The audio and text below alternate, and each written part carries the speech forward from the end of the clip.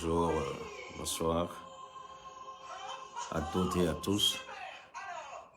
Une fois de plus, nous allons essayer, tant bien que mal, d'aborder ensemble quelques sujets d'actualité.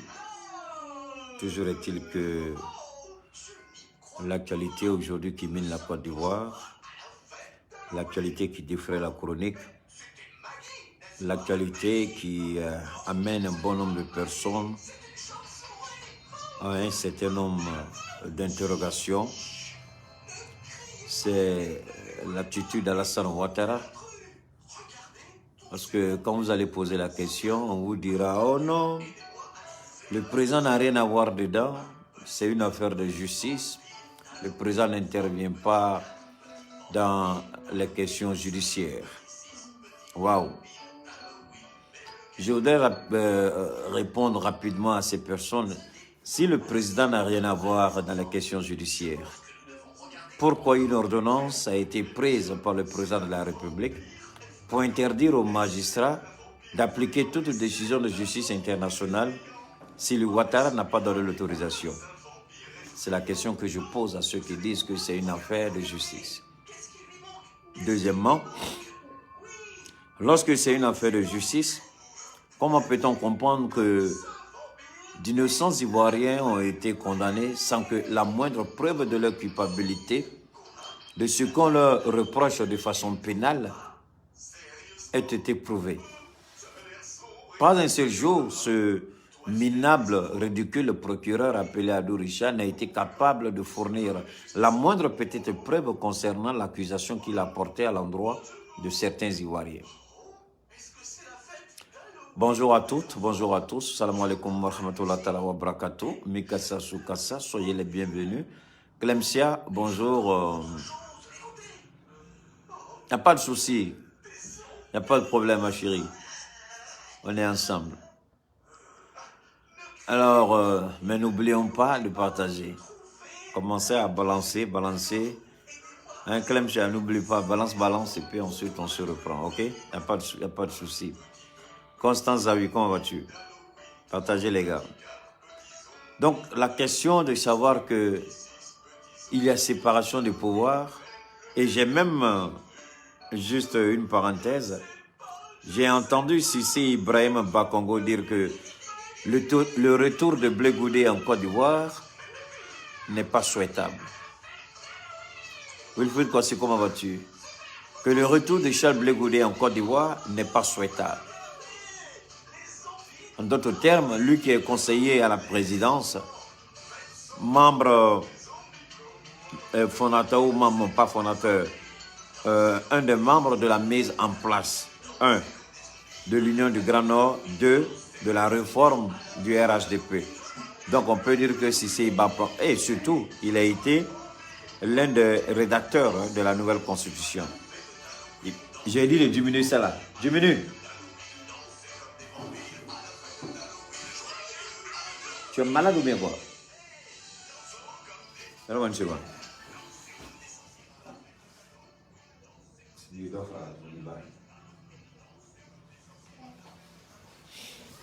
Alors donc, Sissi Bakongo, qui a fait partie du comité d'experts pour Julie, épouse à moi, comment vas-tu? Donc, Sissi Bakongo faisait partie du comité d'experts pour la rédaction. Donne-moi une seconde. Je ne sais pas, tu écoutes. Tu n'augmentes plus. C'est tout est une enfant.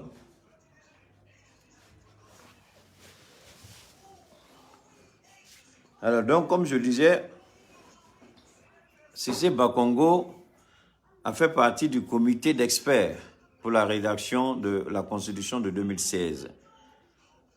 Elle a même été parmi ceux qui ont milité pour le oui. Alors donc, c'est ce Sissi Ibrahim Bakongo qui dit que le retour de Charles Blé Goudé n'est pas souhaitable en Côte d'Ivoire. Waouh! Quand j'entends ça, je me pose la question, Comment est-ce qu'on a pu tomber aussi bas et on n'a pas vu toutes ces choses-là venir? Comment on a pu tomber aussi bas et on n'a pas compris que ceux-là, ils venaient, ils avaient un autre agenda. Contrairement à ce qu'ils ont dit, ils avaient un autre agenda. On n'a pas vu la main noire qui était cachée derrière, qui tenait cet autre agenda inconnu des Ivoiriens. Ils ont fait pirouetter, ils ont miroité, ils ont exhibé devant les Ivoiriens l'agenda de la bonne foi, de la réconciliation d'une Côte d'Ivoire véritablement unie. Mais en réalité, ils avaient un véritable agenda qui était caché. L'agenda de la destruction, de la vengeance. L'agenda de vouloir se maintenir à tous les prix et à peu importe le prix à payer, mais se maintenir au pouvoir.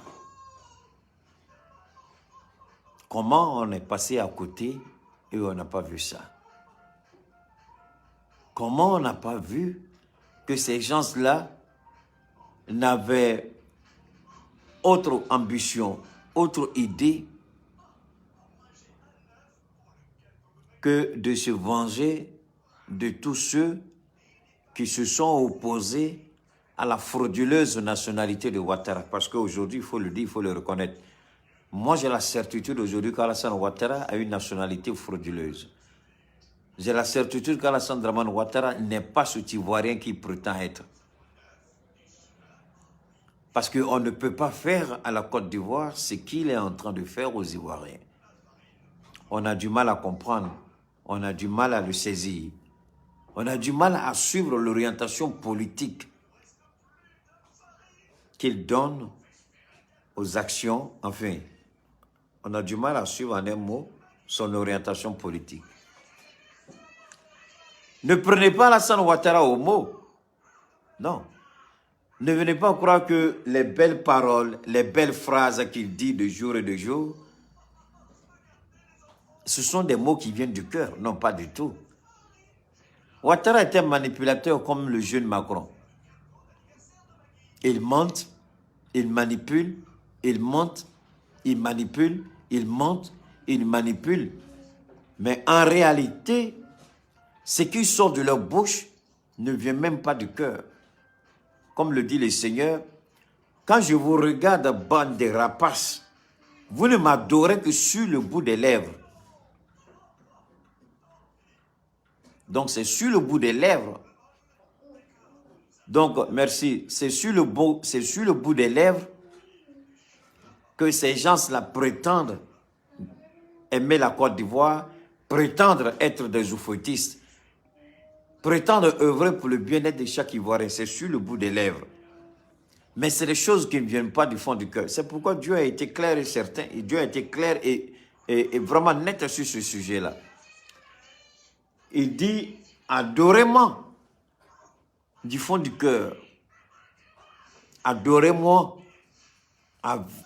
avec toute votre âme. Pourquoi Dieu demande à l'être humain de l'adorer de tout son cœur, de tout son être, de toute son âme? Parce que Dieu ne veut pas qu'il y ait la moindre petite place pour la haine, la méchanceté, la jalousie. La moindre petite place dans notre cœur permet au diable de s'installer. Alors la parole de Dieu, comment est-ce qu'il faut la comprendre? Vous mangez des arachides, c'est doux dans votre bouche. Mais vous prenez une seule petite arachide pourrie. Depuis peut-être pendant 5-10 minutes, vous mangez votre arachide, vous êtes content, c'est tellement mielleux, c'est tellement doux dans la bouche. Mais vous mettez une seule.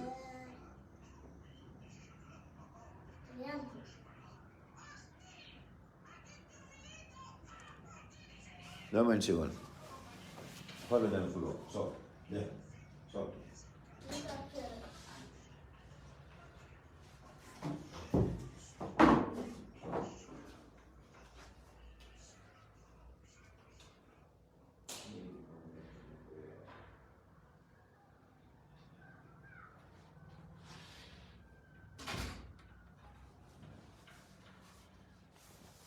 Vous comprenez? Quand vous prenez une seule graine d'arachide, vous mettez dans la bouche une graine d'arachide pourrie, tout ce que vous avez mangé, vous vomissez. Tout ce que vous avez mangé, vous vomissez. C'est pourquoi Dieu vous dit, ne laissez aucune place dans votre cœur pour la haine.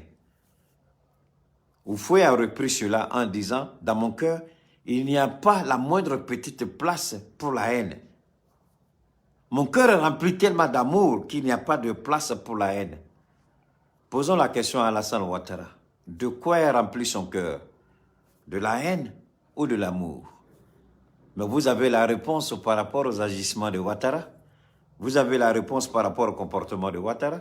Vous avez la réponse par rapport aux actions de Ouattara.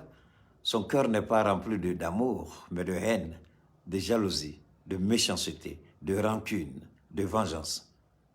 Soro Guillaume est un exemple. Bien avant Soro Guillaume, Gbagbo Laurent était un exemple.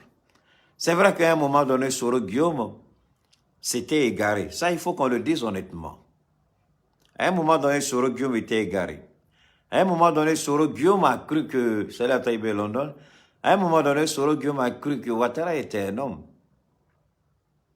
Puisque on ne peut pas cacher le soleil avec la main. Soro n'a-t-il pas commis des erreurs? Il en a commis. En tant qu'être humain, il en a commis. Donc, à un moment donné, il faut le dire, hein? Il faut le dire.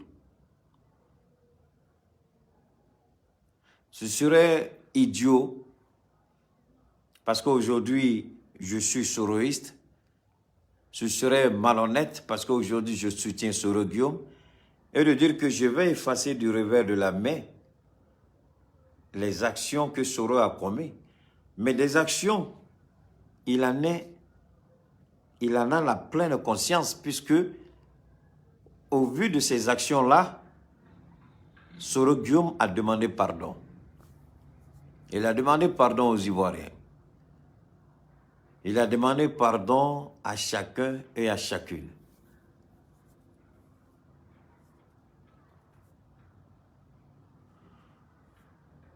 Peut-être que c'est ton papa, Teddy Lion, que Soro a pris pour un dieu.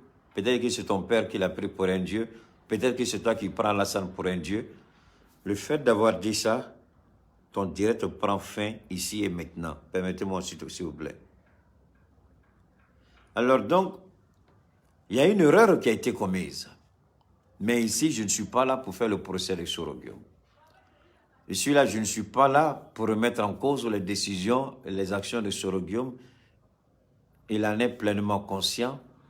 Je crois qu'il a présenté ses excuses. Il continue de présenter ses excuses. C'est vrai qu'à un moment donné, chacun a dit ou a fait des choses qu'il regrette. Mais aujourd'hui, moi je peux dire d'une certaine manière, j'apprécie le courage et la détermination de l'homme parce que il a dit, il a reconnu qu'à un moment donné, de la gestion des différents départements qu'il avait, il a commis des erreurs, il a demandé pardon. Soro n'est pas resté dans cette arrogance. Il a demandé pardon. Il a demandé pardon. Et j'estime que à un moment donné de la vie de chacun, lorsque vous commettez des erreurs, vous vous ressaisissez, vous demandez pardon. Et Dieu lui-même, il a été clair là-dessus. Autant de fois que vous allez pécher, si avec un cœur sincère et un cœur repenti, vous demandez pardon, Dieu dit, lui, il accepte ce pardon, il nous commande aussi d'accepter ce pardon. Mais ni vous ni moi, nous ne pouvions parler de la sincérité du cœur de Soro Guillaume plus que Dieu lui-même. Si Dieu n'avait pas pardonné à Soro Guillaume, je pense que si Soro était dans le faux, je pense que le rendez-vous manqué du 23 décembre 2019, Soro aurait été arrêté par Alassane Ouattara ou liquidé par Alassane Ouattara. Mais Dieu ne l'a pas voulu parce qu'il a un destin pour Soro Guillaume. Soro même ne le sait pas, mais nous parlons en fonction de ce que nous désirons pour Soro, c'est-à-dire qu'il rentre en Côte d'Ivoire, mener pleinement ses activités politiques et si possible, pourquoi pas, devenir un jour président de la République. Mais c'est Dieu seul qui sait quel est l'agenda qu'il a déjà préétabli pour Soro Guillaume. Et Soro Guillaume est dans l'agenda qui a été déjà préétabli et les sillons déterminés par l'Éternel, celui en qui nous croyons tous. Mais revenons à Ouattara. Donc, je voulais d'abord que cette mise au point soit claire. Nous ne disons pas que Soro est un ange. Nous ne disons pas que Soro n'a jamais commis d'erreur. Mais la force de Soro, c'est de reconnaître ses erreurs. La force de Soro, c'est d'avoir la capacité de l'humilité, de se soumettre, de se rabaisser et de demander pardon. C'est pourquoi on nous dit le pardon est divin. D'où vient la divinité du pardon? Parce que cela demande de l'humilité. Cela demande de se rabaisser. Et on ne peut se rabaisser que si on connaît la parole de Dieu. On ne peut se rabaisser que si on est en communion avec Dieu. On dit, Dieu est capable, je me fais petit pour que Dieu me relève. Je me fais petit pour que Dieu mène mon combat. Je me mets à la volonté de Dieu, sans cela que nous disons que le pardon est divin. Le pardon fait de nous des enfants de Dieu. Le pardon fait de nous ceux qui s'inscrivent dans la logique de Dieu, ceux qui s'inscrivent dans la parole de Dieu. C'est pourquoi le pardon est divin, parce que nous reconnaissons Dieu dans notre vie, nous acceptons Dieu, nous nous soumettons à sa volonté et nous faisons ce que Dieu nous demande. Voilà d'où vient le fait que le pardon est divin. Maintenant, revenons à Ouattara. J'ai posé la question. Comment est-ce que nous n'avons pas vu cela venir? Comment nous n'avons pas compris que Ouattara avait un autre agenda? Quand Ouattara a accédé au pouvoir, Ouattara avait un double agenda. L'agenda de la vengeance, de la terreur, de la domination. L'agenda de croire qu'il est supérieur à tout le monde, il est au-dessus de tout le monde, il domine tout le monde. Nous n'avons pas eu le temps, suffisamment le temps de nous poser la question. Est-ce que de suffisamment poser la question et de chercher à décortiquer la psychologie morale de l'homme et la psychologie intellectuelle de l'homme? Est-ce que c'est l'homme qu'il faut? Est-ce que c'est le présent qu'il faut? Malheureusement, nous nous sommes jetés dans le jeu. Malheureusement, nous nous sommes lancés dans le jeu. Malheureusement, nous avons cru à ce que Ouattara miroitait au-devant de nous. Le charme de la parole, la manipulation, la confusion. Et tout de suite, nous avons vu en lui un Messie, un sauveur, un libérateur. Mais alors que c'était le diable en personne qui était assis devant nous. C'était Lucifer en personne qui était assis devant nous. C'était l'incarnation même de la méchanceté, de la jalousie qui était assis en face de nous. Mais nous n'avions pas vu cela parce que nous étions préoccupés par autre chose. C'est pourquoi, encore une fois de plus, la parole de Dieu nous dit « Les prisonniers seront libres, les portes des prisons seront ouvertes. » Parce que nous étions prisonniers des préjugés. Nous étions prisonniers de nos désirs. Autant pour moi, nous étions prisonniers de certaines choses au-dedans de nous. Donc nous n'avons pas eu suffisamment la sagesse, comme l'on dit, les aveugles verront. Nous étions aveugles, les sourds entendront. Nous étions sourds. Les handicapés marcheront. Nous n'avons pas pris le temps. Nous sommes restés à la même place. Nous sommes restés en 1995 pour porter Ouattara au pouvoir en 2010. Parce que nous avons la frustration de 1995 à nous. Nous n'avons pas pris le temps de comprendre 2000. Nous n'avons pas pris le temps de comprendre 2005. Nous n'avons même pas cherché à comprendre 2010. Nous nous sommes focalisés sur 1995. Nous étions des handicapés spirituels. Nous n'avons pas voulu bouger. Nous sommes restés là. Nous sommes restés frustrés en 1995. Nous n'avons pas bougé. Alors que Dieu dit, les handicapés marcheront. Les sourds entendront. Puisque nous étions en 1995, nous n'avons rien entendu. Puisque nous étions en 1995, nous n'avons rien vu. Attendez, il y a un maudit qui est là, c'est ton père qui est 2000. Allez. Alors donc, nous n'avons rien vu. Nous n'avons rien entendu. Nous sommes restés là.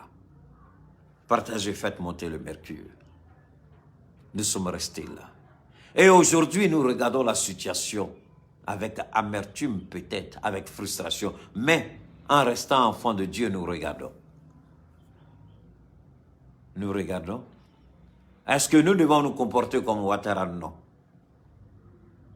Mais nous devons élever le niveau du débat.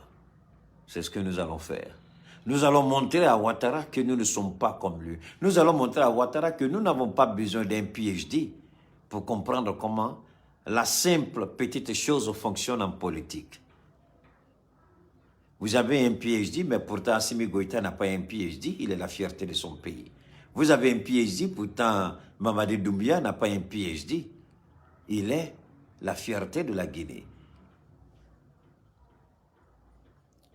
Il a menti sur ses origines, il a menti sur son niveau, il a menti parce qu'il a dit que c'est lui qui a redressé l'économie du Japon. Waouh! Quel mensonge flagrant! Il a menti pour avoir une fonction au FMI. Peut-être que le FMI aujourd'hui décidera de ne pas vraiment... Si le FMI, moi je mets le Fonds monétaire aujourd'hui au défi, si le Fonds monétaire international fouille et fouille sérieusement, je vous jure que le Fonds monétaire international va découvrir que le diplôme de Ouattara était faux. Je lance le défi au Fonds monétaire international de fouiller. S'ils fouillent, ils vont découvrir que le PhD de Ouattara était faux. Ouattara veut détruire ce pays. On ne peut pas avoir un PhD. On ne peut pas avoir fait toutes ces années aux États-Unis, devenir un criminel sanguinaire comme Ouattara. C'est pas possible. Doesn't work like that. That's impossible. C'est pas possible. C'est pas possible. Vous qui me regardez, vous avez des parents aux États-Unis, des amis aux États-Unis, des connaissances aux États-Unis. Mais je voudrais tout simplement, ne dites pas parce qu'ils arrivent des États-Unis ou bien de l'Europe, ils se font. Non, non, non. Regardez par moment leur réflexion. Je ne parle pas des déracinés. Ceux qui sont déracinés, c'est ceux qui n'ont pas une culture, qui veulent forcément se donner une nouvelle culture, la culture occidentale. Je ne parle pas de ceux-là. Mais je parle de ceux. Quand vous le regardez, vous savez qu'ils ont su faire un brassage culturel. Vous les regardez, vous savez qu'ils ont su apporter, c'est-à-dire ce qui est de bien dans ces pays-là et ce qui est de bien chez nous, ils ont fait ce métissage et ce brassage culturel. Quand vous les regardez, vous-même, vous êtes content. Quand vous les regardez, vous dites waouh. C'est des gens qui ont les droits de l'homme. Souvent vous-même, à Abidjan, vous êtes assis, ou je ne sais pas, partout en Afrique, vous faites des trucs, leur réaction, il dit, ah non, tu es quitté là-bas, il faut nous laisser comme ça, nous on est ici. Parce que même causer le petit tort, ils sont en peine. Quand vous posez un acte qui n'est pas, il vous fait asseoir et puis vous dit, non, c'est pas comme ça mon ami, il faut faire ça, il faut faire ça. Par moment, vous dites, ah, moi, je me souviens, on me dit toujours, tu es trop américain. Je dis, non, c'est pas ça. C'est une question de valeur et de principe. Je ne suis pas allé, non. J'ai pris ce qui est bon aux États-Unis, en plus de ce que mes parents m'ont appris, en plus de ce qui est bon dans la culture ivoirienne, dans la culture africaine, j'ai mis le tout ensemble pour faire ce que je suis. J'ai pris le bon là-bas. Sinon, il y a des mauvais là-bas. J'ai plein d'amis qui sont dans le mauvais là-bas. Fumer la drogue est une pratique courante. Et même c'est dépénalisé. Mais est-ce que fumer la drogue est concevable dans ma famille, dans ma société, comme étant quelque chose de naturel? Mais beaucoup de nos frères aujourd'hui sont contents. Ils fument la drogue dans la rue parce que c'est permis dans certains États aux États-Unis, pas tous les États. Par exemple, aux États-Unis, on vous dit, vous ne pouvez pas boire dans la rue. Mais alors que chez nous, on maquille même là, maquille le ciel ouvert. On est assis au bord de la route et puis on se saoule. Mais tu ne peux pas voir ça là-bas. Donc ça, c'est des valeurs. Il y a certaines choses, par exemple, fumer dans la maison. Ça, tu ne peux pas te permettre de le faire. L'enfant même ou même madame va porter plainte contre toi. Donc, il y a des choses, il y a tellement de choses négatives. Mais ici, on s'assoit dans la maison, on fume. On ne se dit même pas que celui qui est là, il fume. On s'en fout, hein. Il fume pas, ce n'est pas notre problème. Puisque c'est chez nous qu'il est venu, on allume sa cigarette, on commence à fumer dans la maison. Donc, c'est pour vous dire qu'il y a tellement de pratiques élémentaires que quand on fait ne serait-ce qu'un an seulement, je dis bien ne serait-ce qu'un an seulement aux États-Unis, il y a des choses qu'on faisait au pays, il y a beaucoup qu'on va laisser tomber. Mais comment Ouattara arrive? Lui qui était dans la sphère, si je me permets, la haute sphère, la haute finance, Et là-bas, pour entrer, le premier critère d'abord, c'est la moralité. C'est la moralité. Merci à toi, Didier Kofi. C'est la moralité. Comment lui, il peut prétendre avoir un PhD et en fonction de la moralité qu'il a présentée, il travaille au FMI et lui, il devient le plus grand voleur de tous les temps de la Côte d'Ivoire. Le plus grand voleur institutionnel. Celui qui a institutionnalisé le vol. Celui qui a institutionnalisé le braquage constitutionnel. Celui qui a institutionnalisé le viol des femmes. Tu violes une femme, tu es du RHDP, il n'y a rien. Tu détournes l'argent des gens, tu es du RHDP, il n'y a rien. Tu tues quelqu'un, tu es du RHDP, il n'y a rien. Le mépris institutionnel, c'est lui. Celui qui dit dans mon pays, c'est moi qui décide. Même les infractions commises et que une justice internationale se prononce, lui il dit en Côte d'Ivoire ça ne s'applique pas. Mais lui, il demande aux autres justices internationales d'appliquer lui sa décision. Mais lorsqu'une justice internationale impose une sanction sur la Côte d'Ivoire, ça ne marche pas. Bon, voilà un monsieur. Voilà un monsieur qui dit toute ma vie, j'ai travaillé sur l'honnêteté. Mais Alassane Ouattara, montre-moi ton honnêteté ici. Où se trouve ton honnêteté? Tu n'as aucune honnêteté. Tu n'as aucune probité. Tu n'as aucune dignité. Le respect, tu l'as perdu.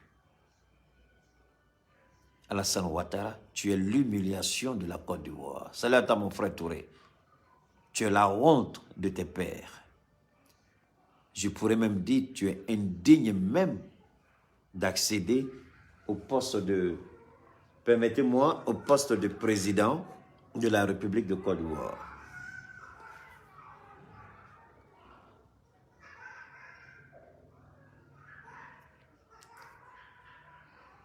On ne peut pas faire ça, monsieur le président Ouattara, si je peux me permettre.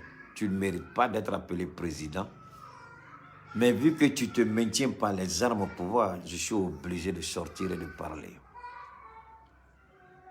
Sois béni, mon frère Touré. Merci beaucoup. Mais l'attitude de Ouattara, c'est Ouattara. Le président Assimi Goïta, je le prends au mot, et le président Doumbia Mamadi, les deux ont dit quelque chose de similaire. Si nous échouons, c'est la jeunesse qui aura échoué. Nous sommes tous jeunes. Est-ce que vous voyez? Donc, ce que nous demandons aujourd'hui, en ce qui me concerne particulièrement, il appartient à la jeunesse de s'impliquer sérieusement, comme l'a dit Alain Focard, et comme l'a dit bien avant Alain Foucault, bien avant Assimi Goïta et le colonel Doumbia Mamadi, le président Oufoué a été le premier à le dire devant le président Mitterrand, François Mitterrand.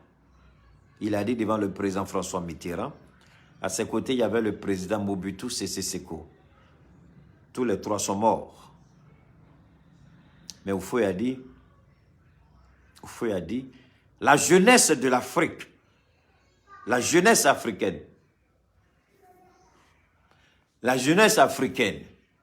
c'est ce que dit Oufoué.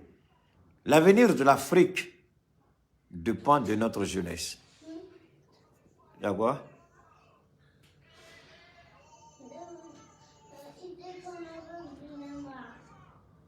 Non, ça est dans le frigo. Faites asseoir, je viens.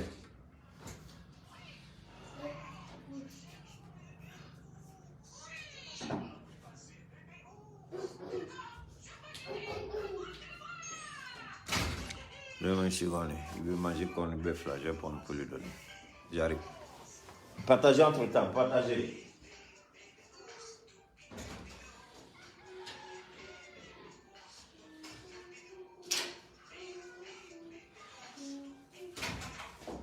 Alors donc, c'est bon, il allait prendre lui-même. Alors donc, partagez les gars. Attendez, tous les bâtards qui vont venir dire à deux ici, là, ils s'en vont. Voilà.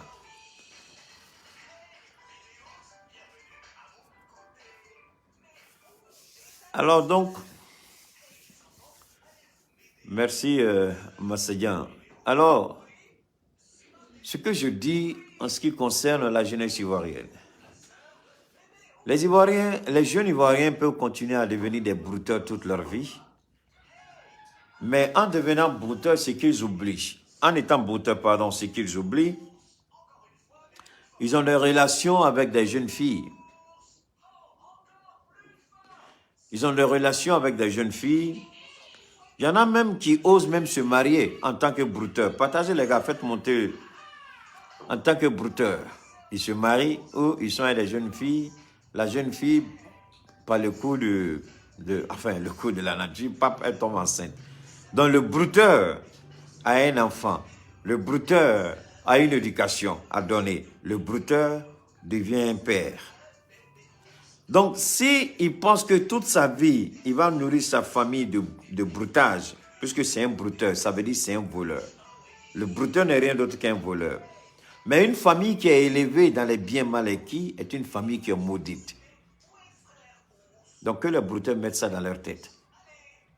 Deuxièmement, vous refusez, jeunesse ivoirienne, de regarder autour de vous des pays que vous critiquez, des jeunes que vous critiquez, des gens que vous estimez être plus à l'aise qu'eux, mieux qu'eux. Mais sur quel plan? Pour avoir volé l'argent, vous croyez que vous êtes mieux que quelqu'un? Pour avoir détourné l'argent de quelqu'un? Pour avoir commis ce qu'on appelle un abus de confiance? Vous croyez que vous méritez même d'être appelé un être humain parmi les hommes? Voleur que vous êtes, vous n'êtes rien d'autre qu'un voleur. Donc, que fait la jeunesse ivoirienne? Mais Houphouët avait dit, l'avenir de l'Afrique appartient à la jeunesse africaine.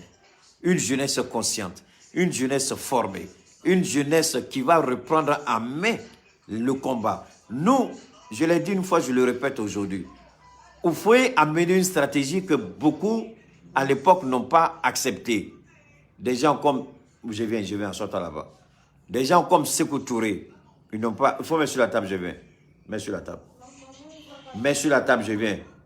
Des gens comme Sékou Touré, est-ce que Sékou Touré avait tort? Non, il n'avait pas tort. Est-ce que Houphouët avait tort? Non, Houphouët n'avait pas tort. Chacun avait sa position. Chacun avait sa vérité. Chacun avait sa conviction. En fonction de ses opinions politiques, en fonction de ses ambitions politiques, en fonction de l'orientation politique qu'ils avaient. Sékou Touré était plus concentré sur le, si je peux dire, sur le communisme socialiste. Je peux dire que Sékou Touré était beaucoup plus socialiste. Houphouët était beaucoup pour ce que je peux appeler le capitalisme d'État. Sékou Touré, ce n'était pas la même conviction qu'ils avaient. Est-ce que vous comprenez? Donc, en fonction des ambitions politiques, les uns et les autres avaient leur idée à eux. Comment accéder à l'indépendance. Ainsi, pour Houphouët, il faut négocier avec le colonisateur pour accéder aux indépendances. Et si on accède à l'indépendance, nous allons former notre jeunesse. Et c'est notre jeunesse qui, dans quelques années, va récupérer d'abord, va remettre en cause tous les contrats que nous avons signés avec la France. Les clauses de ces contrats, et c'est ce qu'Assimi Goïta a commencé aujourd'hui. Assimi Goïta, dès qu'il va revoir à la lettre le contrat, c'est-à-dire la clause, les accords de défense entre le Mali et la France, il va revoir tout et il y a beaucoup de points qu'ils vont supprimer. Ils vont ramener les accords peut-être à une simple coopération militaire. Achat d'armes, formation, ça s'arrête là. Pas plus, pas moins. Alors, Houphouët avait un objectif à long terme. Mais quant à Sékou Touré, c'est les deux que je vais prendre, je ne vais pas trop m'éparpiller. Sékou Touré voulait tout de suite, Sékou Touré et le président Modibo Keïta, eux voulaient tout de suite une rupture.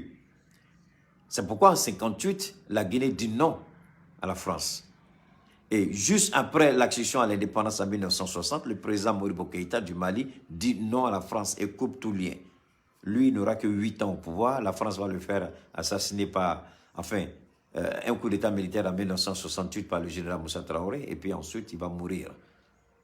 Sékou Touré, lui, il prend et dit non au référendum. Donc, la Guinée quitte complètement la domination française. Mais Houphouët seul, il va. Houphouët, il part et Houphouët se dit, avec l'éducation, avec la formation, la jeunesse ivoirienne doit être capable. Mais de récupérer la Côte d'Ivoire. Mais Houphouët ne laisse pas comme ça. Houphouët d'abord il crée le Conseil de l'Entente. Vous avez entendu parler. Et on met en place la CEDEAO.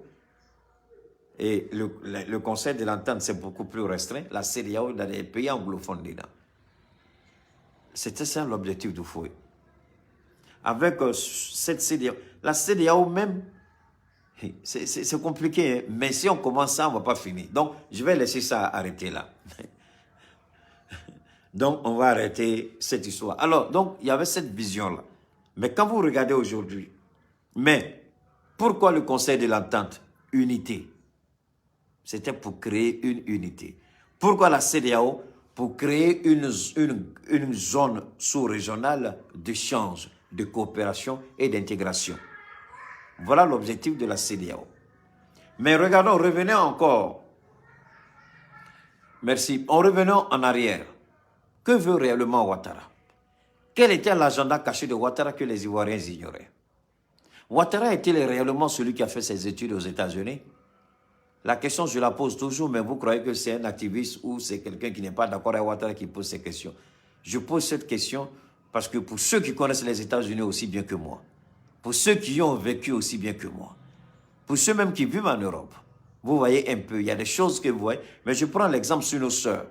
Une fois que nos sœurs arrivent dans les pays occidentaux, Europe, États-Unis, elles deviennent plus zélées. C'est elles qui appellent toujours la police contre nos frères en disant que elles connaissent mieux, elles connaissent leurs droits. Donc c'est elles qui appellent la police contre nos frères. C'est elles qui font chasser nos frères des maisons. C'est elles qui connaissent plus de droits. Mais quand elles étaient en Afrique, est-ce qu'elles connaissaient ce droit-là?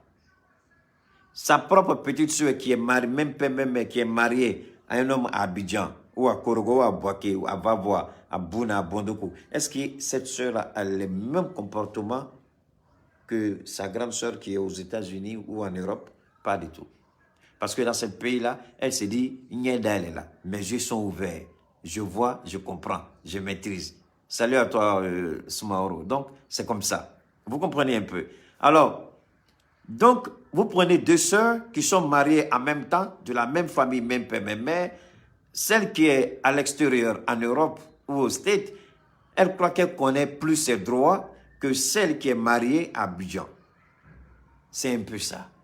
Vous ne pouvez pas prétendre avoir vécu dans ces pays-là, dans ces grandes capitales, et maîtriser c'est-à-dire et négliger le minimum. Ce n'est pas possible. C'est inacceptable. C'est même impensable. Soit vous n'avez pas fait, soit vous avez menti.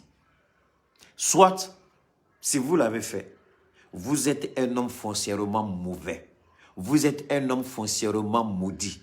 Vous êtes une personne foncièrement dangereuse. Vous êtes né maudit, vous allez mourir maudit. Parce que seul un imbécile ne change pas. Quand vous allez dans le pays des Blancs, vous changez. Vous prenez ce qui est bon. Et puis, vous arrivez à parfaire vous-même. Ce qui est bon chez nous en Afrique, ce n'est pas tout en Afrique qui est bon chez nous. Ce qui est bon en Afrique chez nous, on prend. Ce qui est bon chez le blanc, on prend, on fait un mestissage. On fait un brassage culturel et on vit avec, on devient une meilleure personne. Mais qu'est-ce que Ouattara a pris de bon aux États-Unis? Qu'est-ce que Ouattara a pris de bon dans les grandes écoles américaines? Qu'est-ce que Ouattara a pris de bon au FMI quand il travaillait? Zéro, néant, nothing. Salut à toi, ma chérie Mariam. Comment vas-tu? Les enfants et monsieur, tout le monde va bien. Dieu merci. Alors, donc, qu'est-ce qu'il a pris de bon? Rien. Rien. Parce que si Ouattara avait pris ne serait-ce que ce qui était bon, le minimum de ce qui était bon, Ouattara n'allait pas tenter de s'accrocher au pouvoir en 1993. En 1993. Et alors, je reviens. Dieu dit aux aveugles, vous verrez clair. Vous verrez de nouveau. Aux handicapés, vous marcherez. Aux sourds, vous allez entendre. Aux muets, vous allez parler. Alors nous, on se retrouve encore le deuxième agenda caché de Ouattara. Pourquoi nous ne l'avons pas vu? L'agenda de la jalousie, l'agenda de la destruction, l'agenda de la vengeance, l'agenda de la corruption, de la trahison, de l'instrumentalisation de nos institutions. Le mensonge institutionnalisé, le vol institutionnalisé, le viol institutionnalisé. Ce que nous n'avons pas vu, ce que nous n'avons pas compris, c'est que nous sommes et nous avons été handicapés. Qu'est-ce que cela veut dire, Keïta? Depuis 1993 à 1995, nous sommes restés à la même position, avec les mêmes frustrations, les mêmes émotions négatives. Et c'est avec les émotions de 1993 à 1995. C'est avec ces émotions-là que nous sommes rentrés en mai 2010. Et en 2010, nous n'avons pas cherché à comprendre. Nous avons soutenu Ouattara. Parce que nous étions aveugles encore. Pourquoi? Parce que les émotions de 1993 et 1993-95, ces émotions-là nous avaient rendus aveugles. Ces émotions-là nous avaient rendus sourds. Est-ce que vous avez? Attendez. Ces émotions-là nous avaient rendus sourds. Est-ce que vous savez? Ces émotions-là nous avaient rendus sourds. Ces émotions-là nous avaient rendus aveugles. Ces émotions-là nous avaient maintenus en captivité, en prison. Ces émotions-là nous ont obligés de quitter 1995 pour 2000. C'est de 1995 que nous avons voté Alassane Ouattara en 2010. On dit, mais Keïta, comment c'est possible? C'est spirituel. Parce qu'on a refusé de chercher à comprendre qui est Ouattara. On a refusé de chercher à comprendre qui est Ouattara. Et nous sommes restés en 1995. Nous sommes restés en 1993. Alors c'est avec ces émotions-là que nous avons soutenu Ouattara aveuglement. Vous comprenez l'expression aveuglement? Aveuglement, ça veut dire qu'il y a une émotion antécédente qui nous a frustrés. Et on refuse de sortir de cette frustration. On reste dans cette frustration et on mène le combat présent. Voilà pourquoi l'agenda caché de Ouattara, nous ne l'avons pas vu. L'agenda de la jalousie, de la haine, de la médiocrité, de l'instrumentalisation de nos justices. Ouattara nous a trompés. Mais nous sommes victimes aussi. Parce que nous avons refusé de quitter 1995. Parce que nous sommes restés émotifs, rattachés en 1995. Ouattara a eu raison de nous. Il nous a manipulés alors qu'il avait un autre agenda. L'agenda de Ouattara a commencé avec l'arrestation et le transfèrement de Laurent Gbagbo à La Haye, ainsi que Charles Blé Goudé. Deuxièmement, deuxième élément d'exécution du deuxième agenda de Ouattara, c'est de forcer le président Aimé Henri Konan Bédié qui, en 1993, s'est autoproclamé président du fait que Ouattara voulait forcément un coup d'État institutionnel, constitutionnel et militaire. Donc, le président Bédié s'étant rendu à la RTA, on a vu la suite. Donc, Ouattara n'a jamais pardonné au président Bédié, contrairement à ce que Bédié croyait. Donc, deuxième élément du deuxième agenda de Ouattara.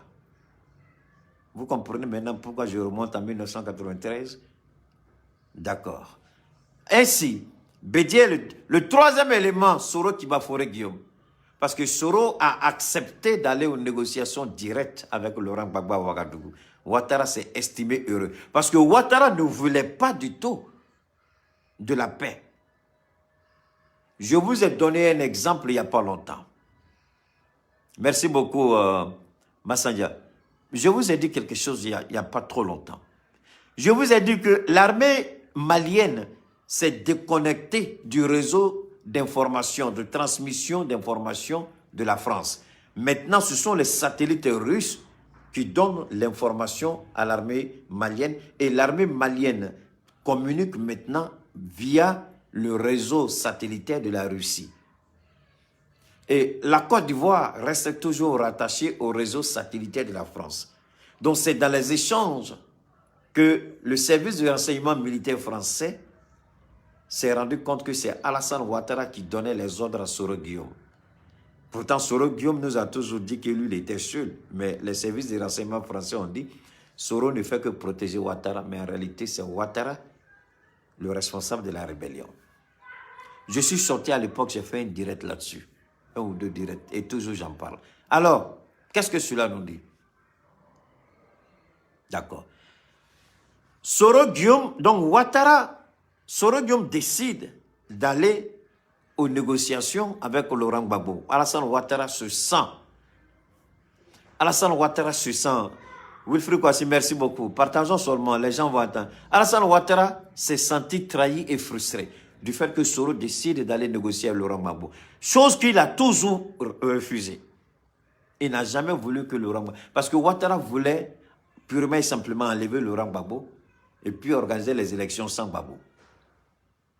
Parce qu'à l'époque, il a dit, il n'a jamais reconnu le pouvoir de Gbagbo. Et comment lui décide de ne pas reconnaître le pouvoir de Laurent Gbagbo, écoutez bien, et Soro Guillaume décide de discuter. Donc, Soro Guillaume, c'est comme si Soro Guillaume forçait la main de Ouattara à reconnaître Laurent Gbagbo. Mais pourtant, c'est lui Ouattara qui a été bénéfique, puisque c'est le même Laurent Gbagbo qui a pris un décret spécial pour que lui soit. Donc, la nationalité de Ouattara n'a jamais été prouvée de façon constitutionnelle, jusqu'à la date d'aujourd'hui. Aujourd'hui, c'est le 29. Jusqu'à la date d'aujourd'hui, aucune juridiction ivoirienne ne peut dire que la nationalité de Ouattara a été établie. Ouattara s'est imposé, il a forcé les choses, il a violé et les textes, et la loi, et la constitution, et les institutions. Il s'est autoproclamé ivoirien sans aucune forme de procédure. Ouattara n'est pas ivoirien, je le dis. Voilà ce qui explique le comportement de Ouattara aujourd'hui à l'endroit de chaque ivoirien.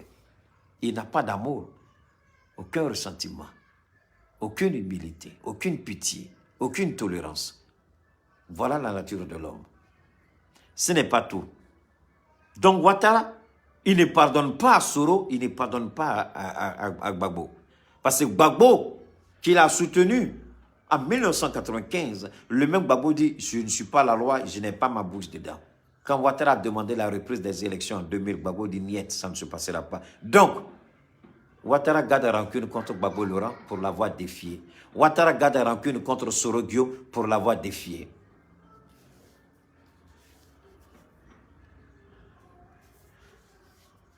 Mais Florent, il faut écouter, je n'ai pas fini. Il faut écouter. Est-ce que vous voyez? Donc, Soro Guillaume, voilà comment Soro Guillaume est rentré dans le collimateur de Ouattara. Je ne vous apprends rien. Le faux cœur sang de Soro a été pris pour cible. Vous vous en souvenez? Vous croyez qui pouvait donner l'ordre à la rébellion de tirer sur l'avion de Soro si ce n'était pas le véritable chef de la rébellion, c'est-à-dire Alassane Ouattara? Donc Ouattara a gardé tout ça dans son cœur. Ouattara a gardé tout ça en lui. C'était l'agenda caché de Ouattara. Accéder au pouvoir par tous les moyens, manipuler la communauté internationale. Dès qu'il accède au pouvoir, tous ceux qui ont défié Ouattara, tous ceux qui ont dit non à Ouattara, tous ceux qui se sont opposés à Ouattara, ce sera le véritable agenda de Ouattara, mais un agenda caché qui va exécuter. L'emprisonnement de Soro Guillaume à perpétuité. Sinon, comment comprendre que celui qui a lutté pendant la rébellion, il vous a couvert, il a lutté pour que vous accédiez au pouvoir. Comment vous pouvez condamner cette personne à perpétuité si vous n'êtes pas le diable en personne, la malédiction personnifiée, la jalousie personnifiée, la haine personnifiée? Comment une telle personne peut vivre encore sur la terre des hommes? Comment Ouattara peut-il même respirer encore sur la terre des hommes? Dieu, débarrasse-nous de ce Satan reptilien criminel sans foi ni loi. Ouattara n'a plus droit à la parole. Ouattara ne doit même plus vivre. Ouattara mérite la mort. Ce n'est pas un homme. Et c'est tout. Alors donc, revenons maintenant à Abdou Richard. Voilà un fonctionnaire de l'État qui a été nommé par Ahmed Bakayoko. Ouais, Ahmed ne l'a pas nommé. Ahmed était, n'oubliez pas qu'Ahmed était, à l'époque des faits, Ahmed était ministre de l'Intérieur. Et Ahmed avait une amitié avec, je ne sais pas à l'époque, le ministre de la Justice, garde des Sceaux.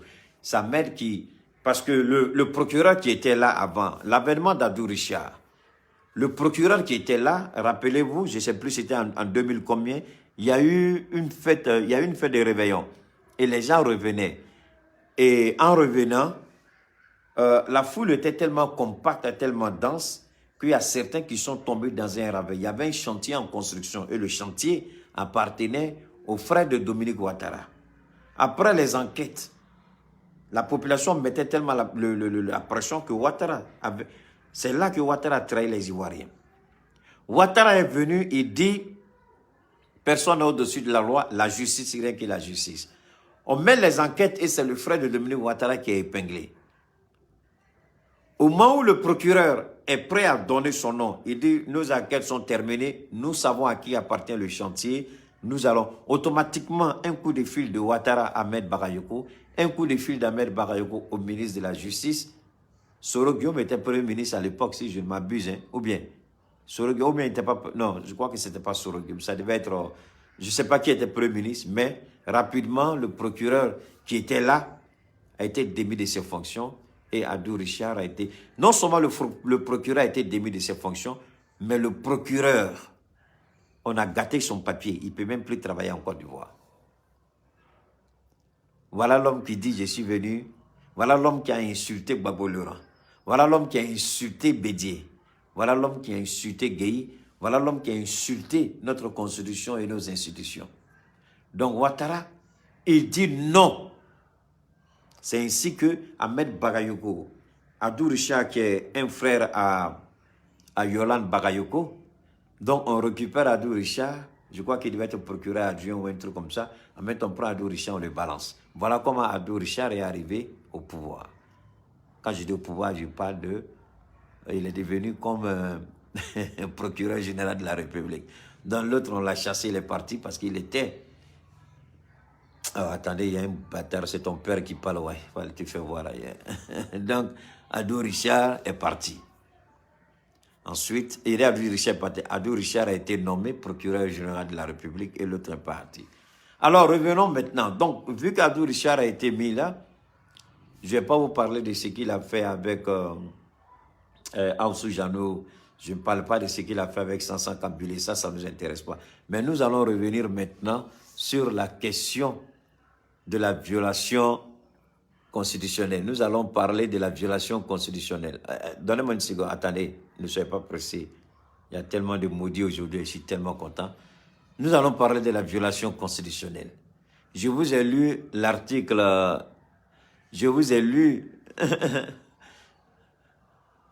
je vous ai lu l'article 55 hier.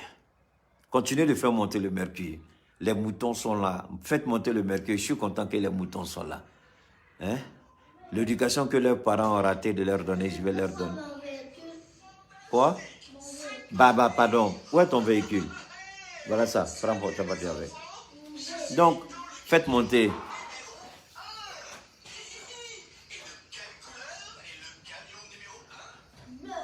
Merci beaucoup à toi, Labi. Vas-y, merci beaucoup. Alors donc, voilà la violation constitutionnelle, l'article 55, je vous ai lu. J'ai fait ce long parcours pour vous permettre de connaître qui est réellement Ouattara. Parce que pour parler de quelqu'un, il faut savoir qui est la personne. Pour parler de Ouattara, il faut savoir qui est Ouattara. Les gars, ça ne monte pas là, faites monter, multipliez les partages. Attendez, je vais voir on a combien là même. Je vais voir on a combien, je vais voir les partages là. Faites monter, hein, faites monter. Ah non, non, non, les gars, vous aussi, vous exagérez. Ah! Partage, ça ne bouge pas, hein. Ah non, non, non, les gars, les partages ne bougent pas. Non, non, partage, attendez, on est combien là même? Ok, je vois 600. Allez, chacun n'a qu'à faire deux fois. Ça fait 1200. J'attends. Merci beaucoup. Non, laissez les moutons, Chantal Camara, il faut les laisser. Bon, vous faites deux fois. Je vais voir ça ici. Au moins, je vois 1000 partages. Si vous faites deux fois, ça fait 1200. Au lieu de 1200, je vois 1000 partages. Hein? Je prends 500 personnes sur les 600, deux fois, rapidement. Rapidement. Parce que là, je parle jusqu'à j'ai envie de boire l'eau. Ah, vous ne partagez pas. Partagez. Ah non, ça ne monte pas encore. Partagez. Partagez, les gars. Parce qu'aujourd'hui, là, je vais enterrer Abdou Richard. Non, il faut les il faut les laisser. Faites monter le mercure, faites monter. Partagez, les gars, partagez, faites monter. Faites monter. Alors donc, revenons maintenant, faites monter, les gars. Sinon, vraiment, je ne suis pas content. Hein. Vraiment, ça ne bouge pas, je ne suis pas content. Alors, on va parler. Mais, je vais vous amener à l'article 55. Merci beaucoup, Chantal Camara. L'article 55. Le président de la République n'est éligible qu'une seule fois au suffrage universel direct. Hein? C'est-à-dire il est éligible. C'est-à-dire 2 fois. Une première fois, une deuxième fois au suffrage universel direct, c'est tout. L'article 183 dit que l'article 55 reste applicable conformément, n'est-ce pas, à la continuité législative qui se réfère à la modification constitutionnelle de 2000. Donc, je m'arrête là. Continuez de partager, faites monter le mercure.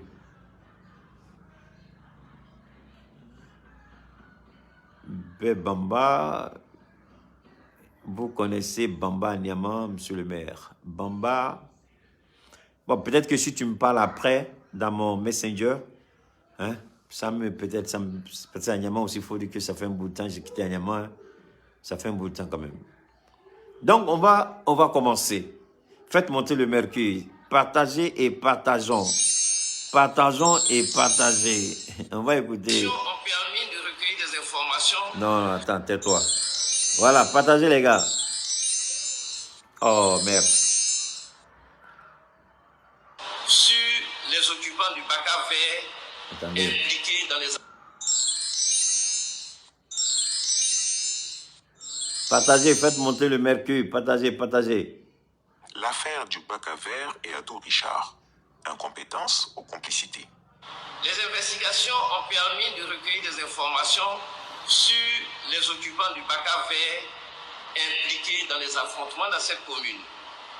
Ainsi, le chef opérationnel des individus à bord de ce véhicule lors de l'élection présidentielle serait le gérant d'un fumoir à Yokouban Ouassakara, actuellement en fuite. Les investigations de l'unité spéciale d'enquête. Bon, attendez, hein. J'ai du mal à comprendre. J'ai du mal vraiment à comprendre. Les gars, faites monter. Au moins, j'ai des partagés. C'est là maintenant, ça commence à descendre. Mais partagez, les gars, faites monter le mercure. Ado Richard dit, les investigations ont permis de connaître qui serait le responsable du bac à verre. Ici, je vais décortiquer. Il dit les procureurs, je ne suis pas procureur. Souvent quand je parle, les moutons disent, tu es devenu maintenant, tu fais le droit maintenant, tu es devenu avocat maintenant. Donc, je ne réponds pas, non, c'est pas, non. Attends, il faut être sérieux là. Quand je vous dis de mettre automatiquement, quand je sors, je vais regarder. Si je ne vois rien, c'est que tu n'as. Mais si tu viens mettre après, ça, c'est pas ma faute. Dès que moi, je me connecte, je vais regarder. Même hier, il y a quelqu'un qui a dit qu'il voulait me parler. Je lui ai dit de laisser un message sur WhatsApp, sur mon Messenger. Après, je suis sorti. Même tout de suite, je venais de quitter mon message. Mais je n'ai pas vu son message. Moi, je réponds plus sur Messenger que WhatsApp. Les gens veulent que je donne le numéro WhatsApp. Ça, c'est une perte de temps pour moi. Parce que moi, je discute et je veux mes discussions vraiment sécurisées. Et Messenger, pour moi, c'est la plateforme la plus sécurisée en matière d'échange. Donc, on dit WhatsApp. Moi, je ne suis pas trop fan de WhatsApp. Ça, je vous le dis net. Quelqu'un veut me parler, c'est sur Messenger. Parce que Messenger, pour moi, c'est plus crypté. Messenger, pour moi, c'est plus sécurisé. Je vous le dis. Demandez à n'importe quel technicien, à n'importe quel ingénieur. Ils vont vous dire, Messenger est plus sécurisé que WhatsApp. Même si moi, je n'étais pas sur Facebook, j'allais télécharger seulement l'application Messenger et puis communiquer. Je préfère Messenger. En tête avec vous. C'est vrai, pour laisser les messages, ça ne donne qu'1 minute, ça se comprend. Mais en termes de communication, vous pouvez parler pendant 5 heures, 6 heures de temps sans interruption. Donc, je préfère Messenger, je vais être honnête avec vous. Je préfère Messenger que WhatsApp.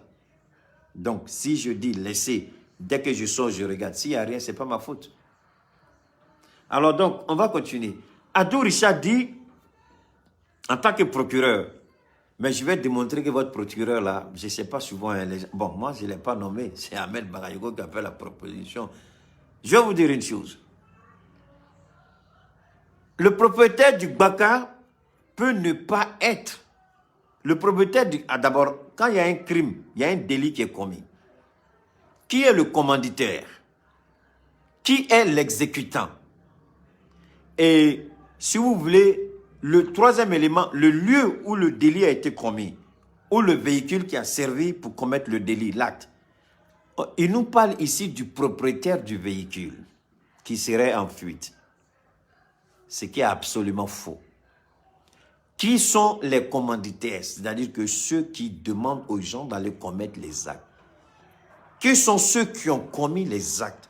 Lui, il veut détourner notre attention.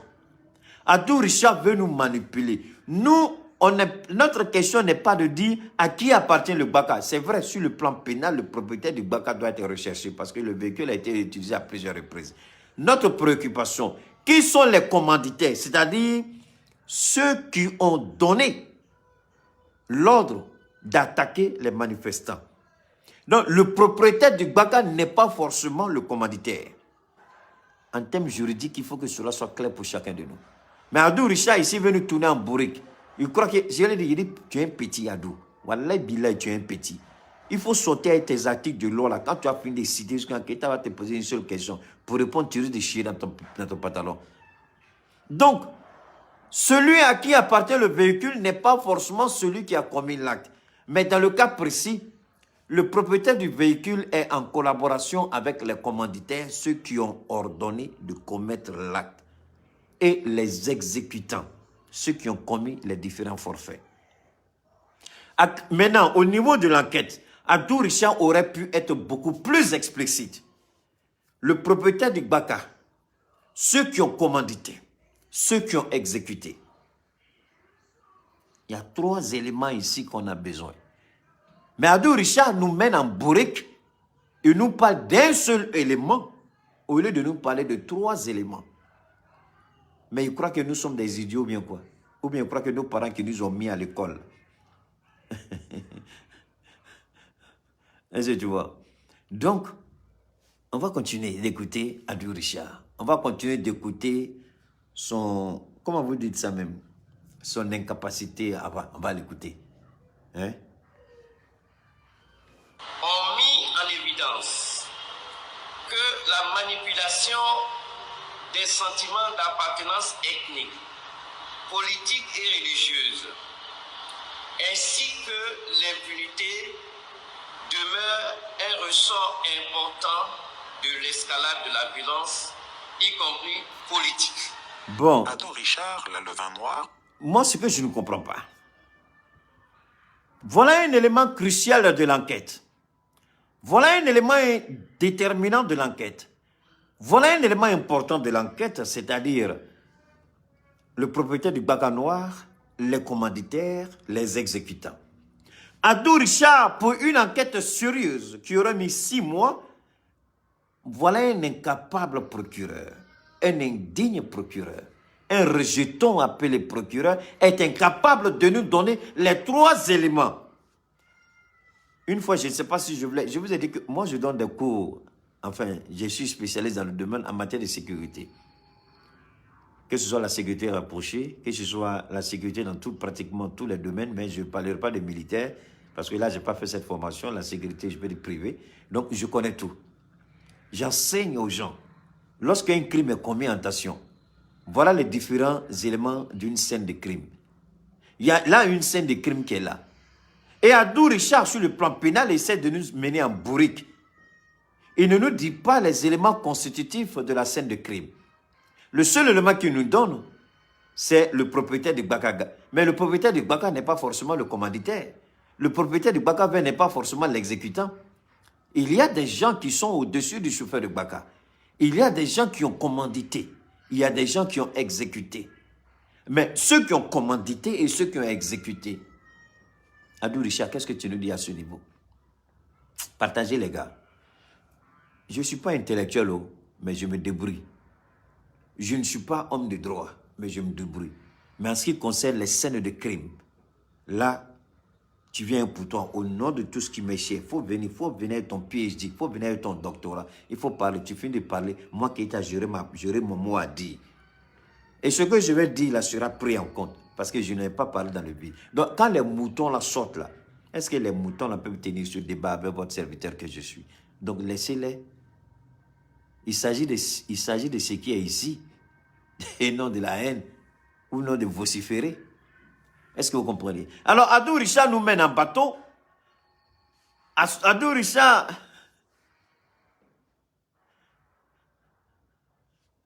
attendez. Adou Richard, il nous mène en bateau. Adou Richard refuse de nous dire ce qu'il y en est. De façon, on lui dit, si tu ne parles pas d'affaires de Baka Vert, là, les gens vont savoir que vraiment, ce que tu fais n'est pas honnête, tu as parti pris. Donc, Adou Richard, de façon, il croit, pour lui, de façon subtile, il évoque la question du Baka, mais sans rentrer dans le fond. Il survole la question du Baka Vert, sans rentrer dans les fonds. Comment lui, il sait que le propriétaire de Baka, le propriétaire est dans un fumoir. S'il est dans un fumoir, il est en fuite. Donc, il est en fuite, c'est fini. Est-ce que vous voyez? Attendez, il y a trop de moutons aujourd'hui là. Ah, je suis content. Attendez, voilà. Donc, Adou Richard, attendez, yeah!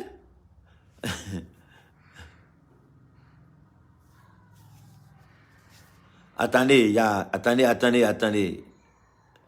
Voilà. Donc, attendez. Non, c'est pas... Ah non, c'est pas lui. Attendez, je suis content. Attendez. Donc, Adou Richard ne nous dit pas en réalité. Adou ne nous dit pas en réalité ce qu'il en est. Il survole la question. Il survole la question du Baka Vert. Il survole l'épineuse question du Baka Vert. Parce que le Baka Vert, maintenant que le propriétaire a fui, d'après lui, mais pourquoi il ne nous explique pas comment se fait-il que le Baka Vert était escorté par la police? Donc, la police serait de mèche avec les fumoirs. Si la police est de mèche avec les fumoirs, en d'autres termes, la police est corrompue. La police est avec les voleurs et les criminels. Parce que vous allez le voir, on va vous le démontrer à travers des vidéos, que le Baka Vert faisait partie de l'escorte de la police. Mais est-ce qu'Adou Richard n'a pas vu ça? Est-ce qu'Adou Richard n'a pas vu ce Baka Vert? Adou Richard n'a pas vu les armes blanches avec les occupants de ce Baka Vert en côte à côte avec notre police nationale? Qui n'a pas vu ça? Qui n'a pas été témoin de ça? Alors, comment est-ce que Adou Richard fait semblant d'ignorer ça?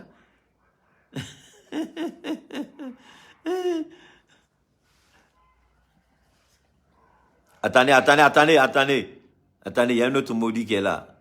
Voilà, Zoumi, il faut pas... Là.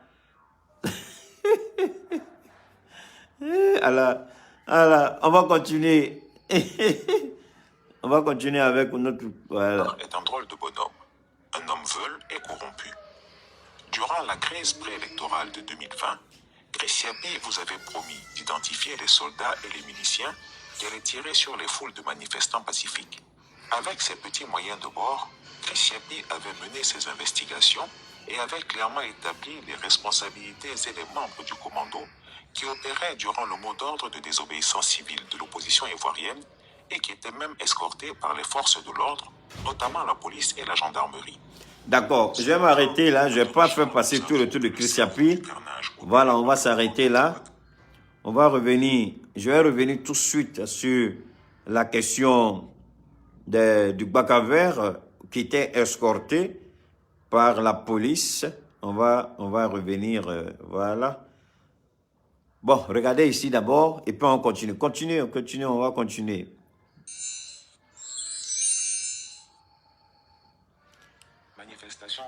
Non, attendez, c'est pas ça. Voici les tueurs des manifestants du... Attendez, c'est pas ça, c'est pas, voilà, on va revenir ici. Parce que il nous faut absolument...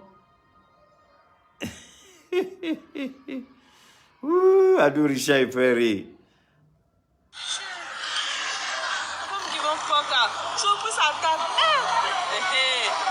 Regardez bien.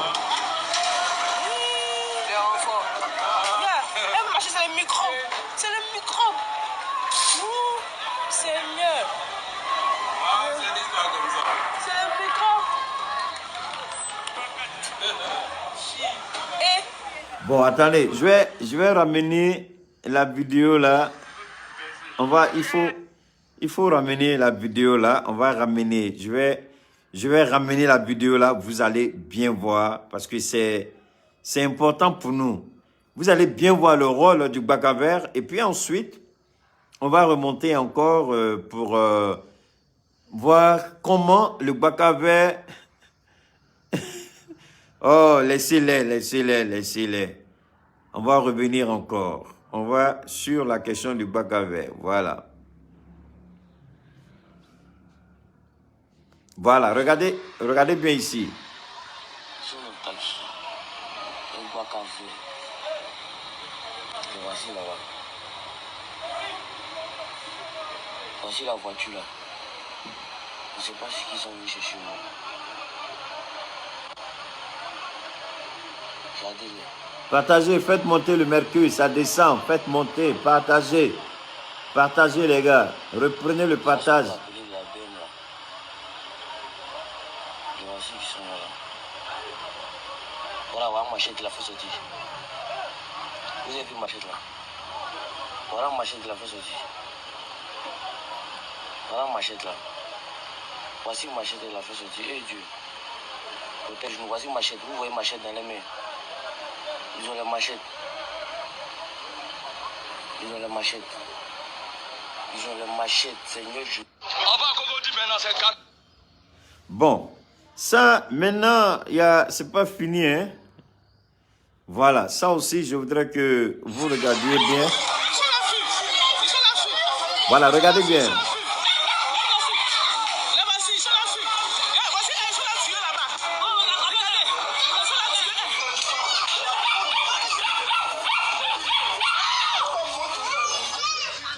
Parce que lorsque Adou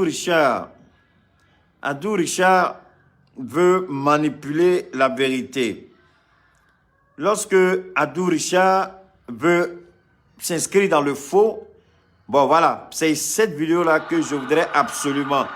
Cette vidéo, elle fait... Oh merde, attendez, donne-moi une seconde. Cette vidéo fait 1 minute 33. Cette vidéo fait 1 minute 33.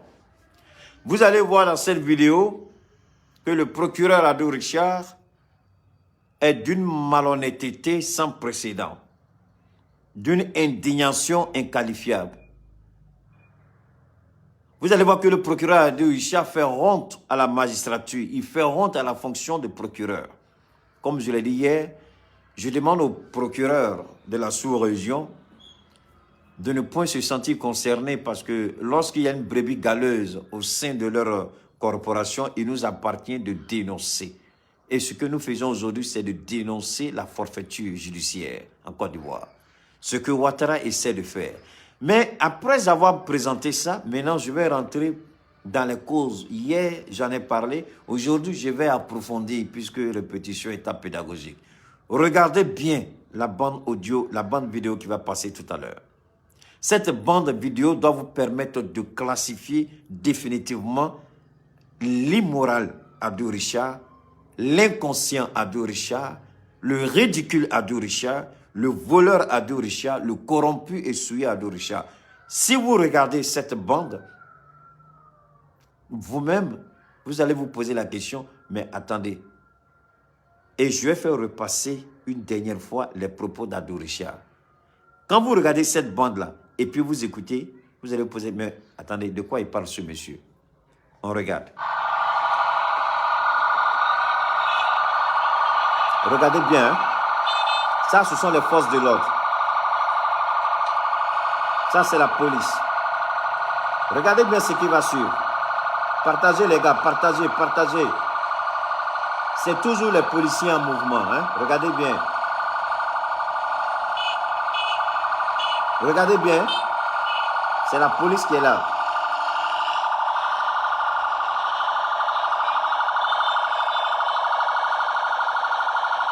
C'est la police, hein? Regardez bien ce qui va suivre.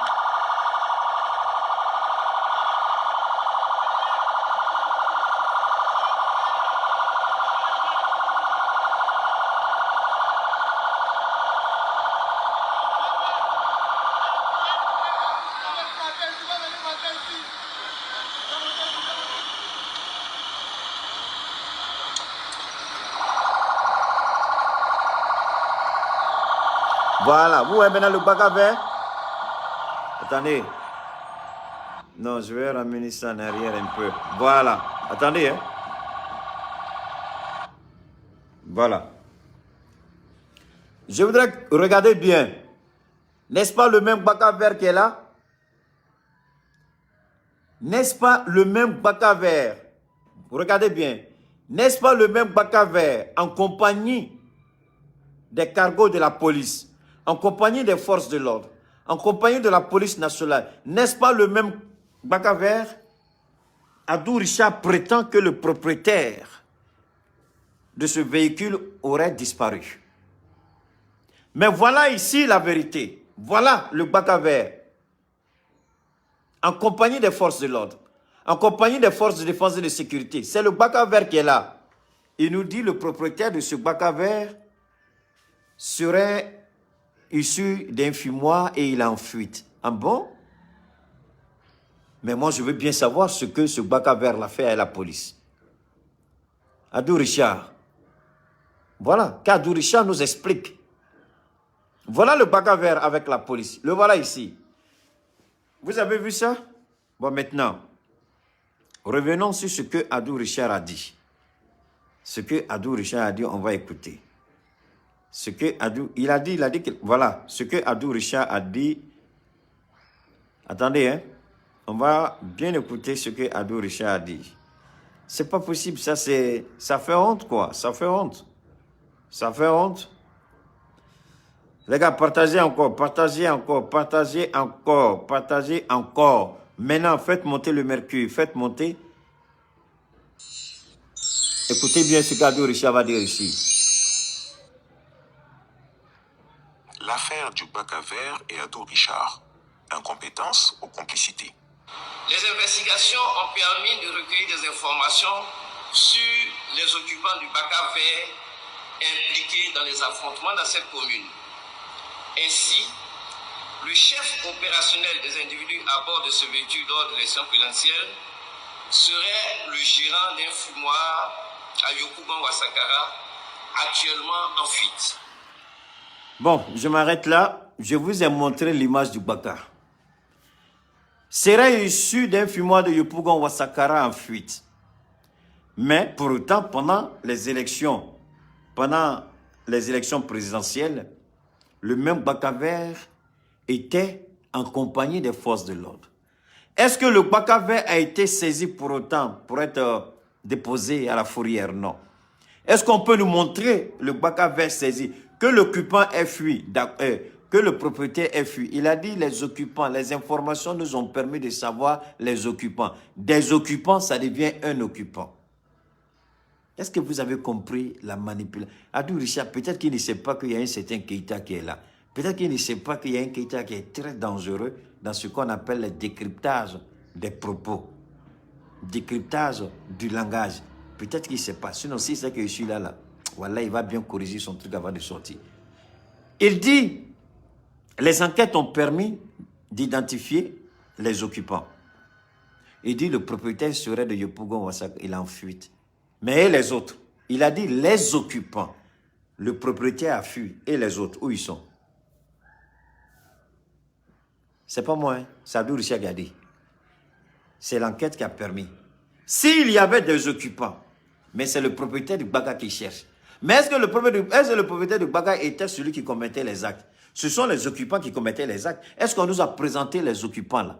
Est-ce qu'on les a présentés? Voilà les occupants du Baka vert. On les a arrêtés, les voilà, mais l'autre est en fuite. Mais lorsqu'il y a une bande organisée de criminels et que le chef de gang a fui, où sont les autres membres du gang? Où sont les autres criminels? Où sont ceux qui ont exécuté? Où sont ceux qui ont décapité le jeune Toussaint? Bon, voilà. Maintenant, il va venir nous manipuler dans d'autres considérations.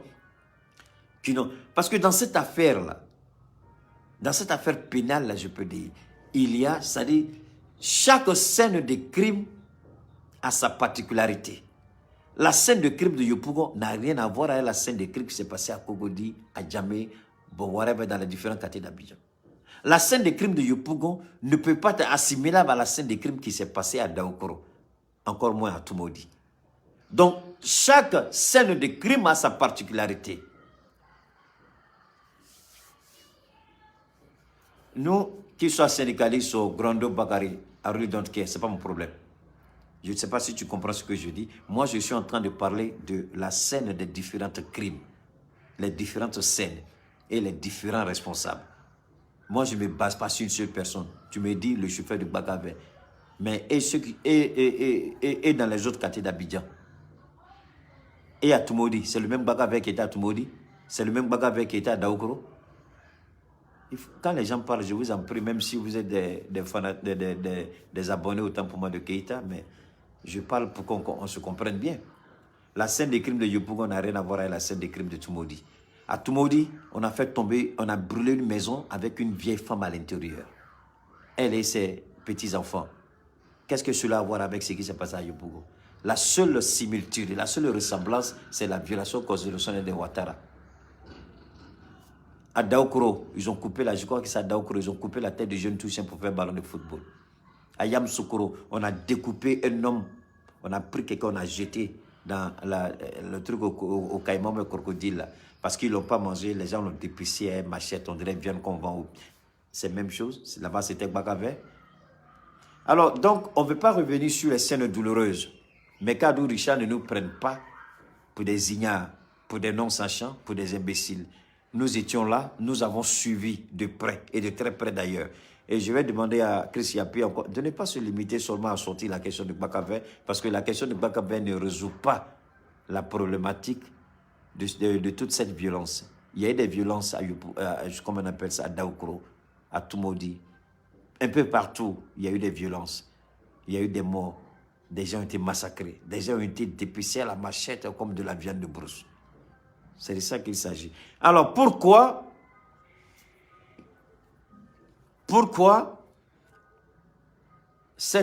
on sort maintenant pour exposer ça? Pourquoi? Parce que le PDCRDA... Attends, moi j'arrive. J'ai presque fini. Il y a quoi? Tu veux quoi? Bon, il faut 10 minutes. Et puis tu vas dans ton... Ouais, je vais sur la table là-bas. La question, pourquoi c'est aujourd'hui qu'on nous parle de ça? Pourquoi c'est aujourd'hui Adou Richard sort? Je vous l'ai dit hier, je le répète aujourd'hui. C'est parce que le PDCRDA a touché un point sensible de Ouattara. C'est parce que le PDCRDA s'est attaqué à Draman Ouattara. C'est parce que le PDCRDA a dénoncé le recul de la démocratie en Côte d'Ivoire. Parce que le PDCRDA a présenté un tableau, le tableau succinct, le tableau en temps réel de la démocratie en Côte d'Ivoire. Va poser la question à ton père, Lama Kamagaté, si Soula a trahi, n'a pas trahi. Ton père va te répondre. Alors donc, pourquoi maintenant? Merci Estelle. Pourquoi maintenant? Pourquoi maintenant? Maintenant parce que Ouattara n'a pas apprécié le ton du PDCRDA. Parce que Ouattara croyait que le vieux Henri Kona Bédié était le doyen Bédié, hein? L'homme fort de Daoukro qui reste au calme, mais quand il sort, il frappe. Et quand il frappe, ça fait mal, il sait où il faut frapper. Ouattara n'a pas compris. Ouattara n'a pas accepté.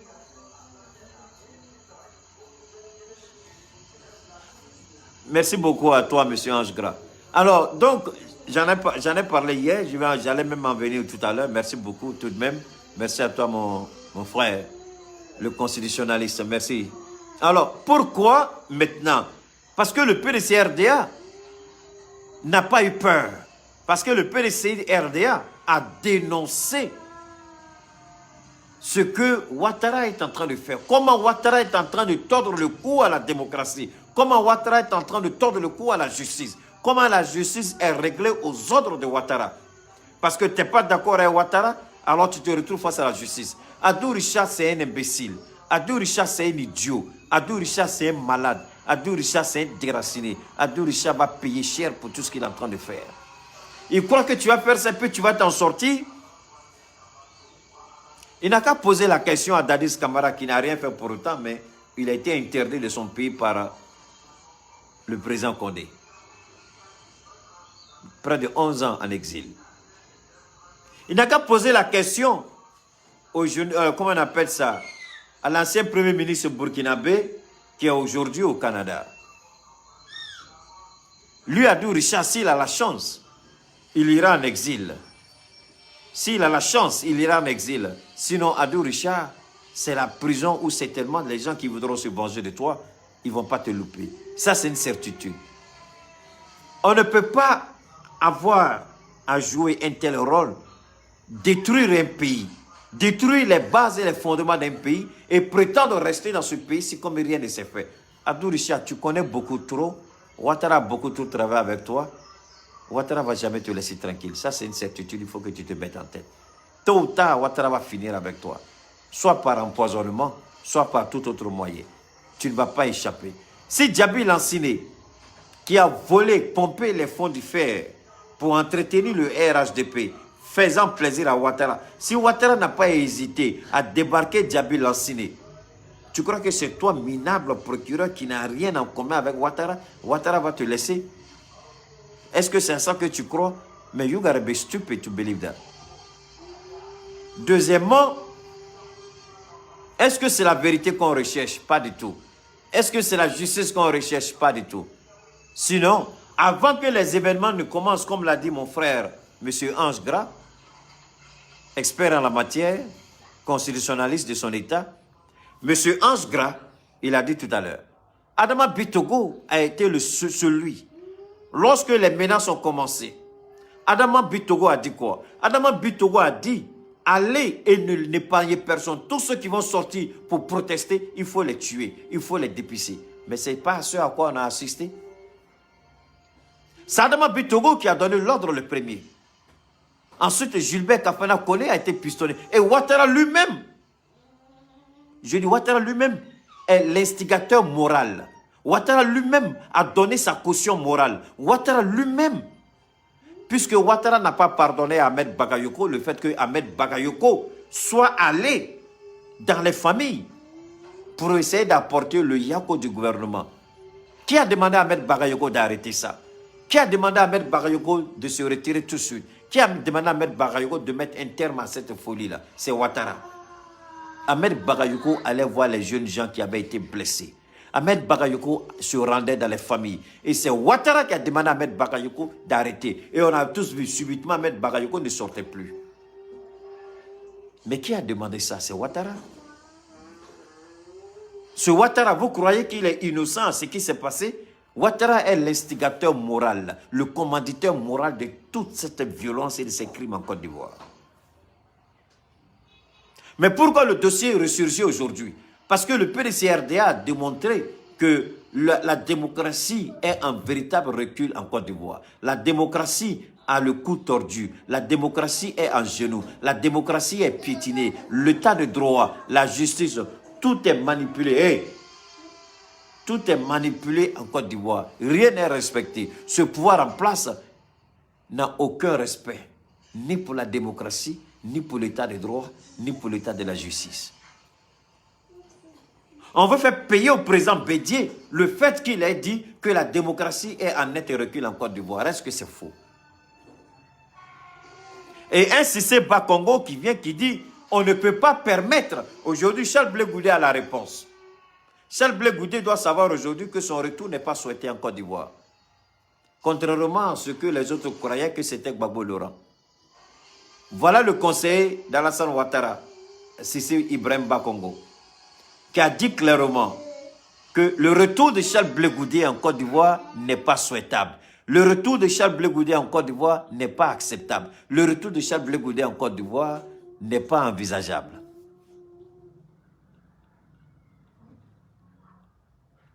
Est-ce que vous voyez?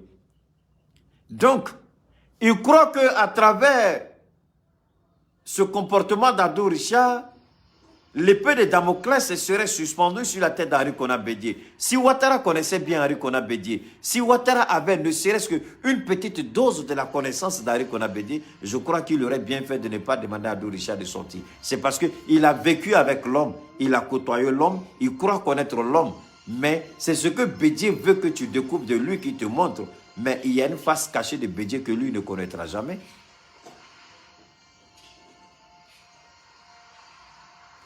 Au lieu de s'en prendre au président Bédié qui n'a fait que dire la vérité, pourquoi il ne s'en prend pas au président Joe Biden qui a invité Henri Konan Bédié?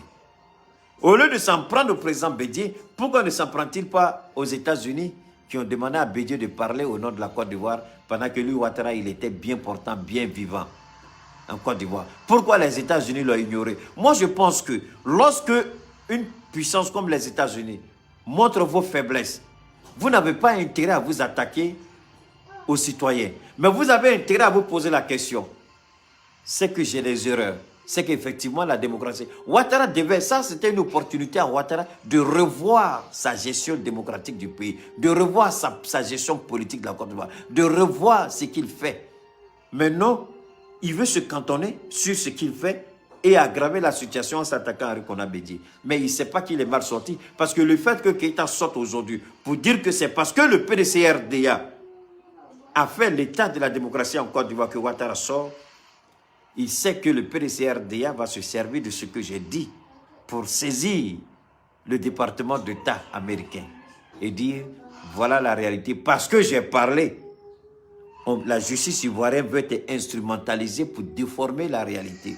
Les preuves que je vous ai données, vous avez la latitude et la responsabilité de mener vos investigations. Des investigations indépendantes pour découvrir la vérité. Ouattara est en train de retourner la situation contre lui-même. Ouattara a des très mauvais conseillers. Ouattara est idiot, il est bête, je le dis. Il a de mauvais conseillers.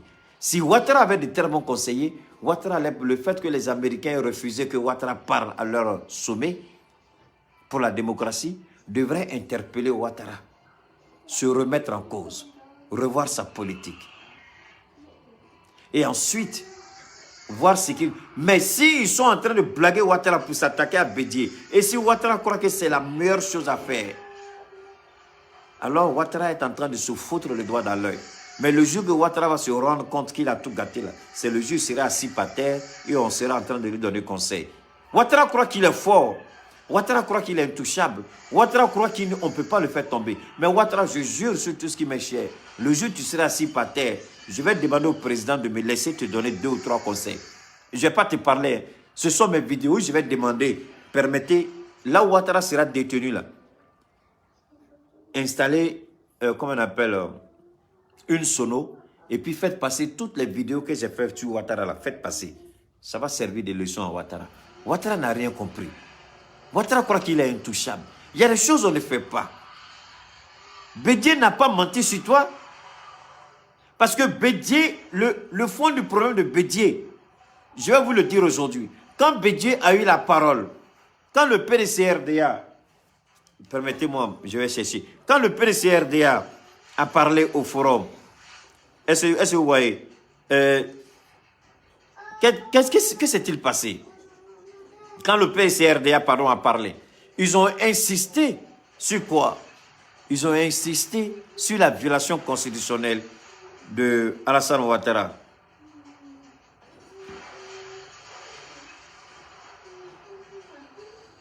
Donne-moi une seconde. Hein.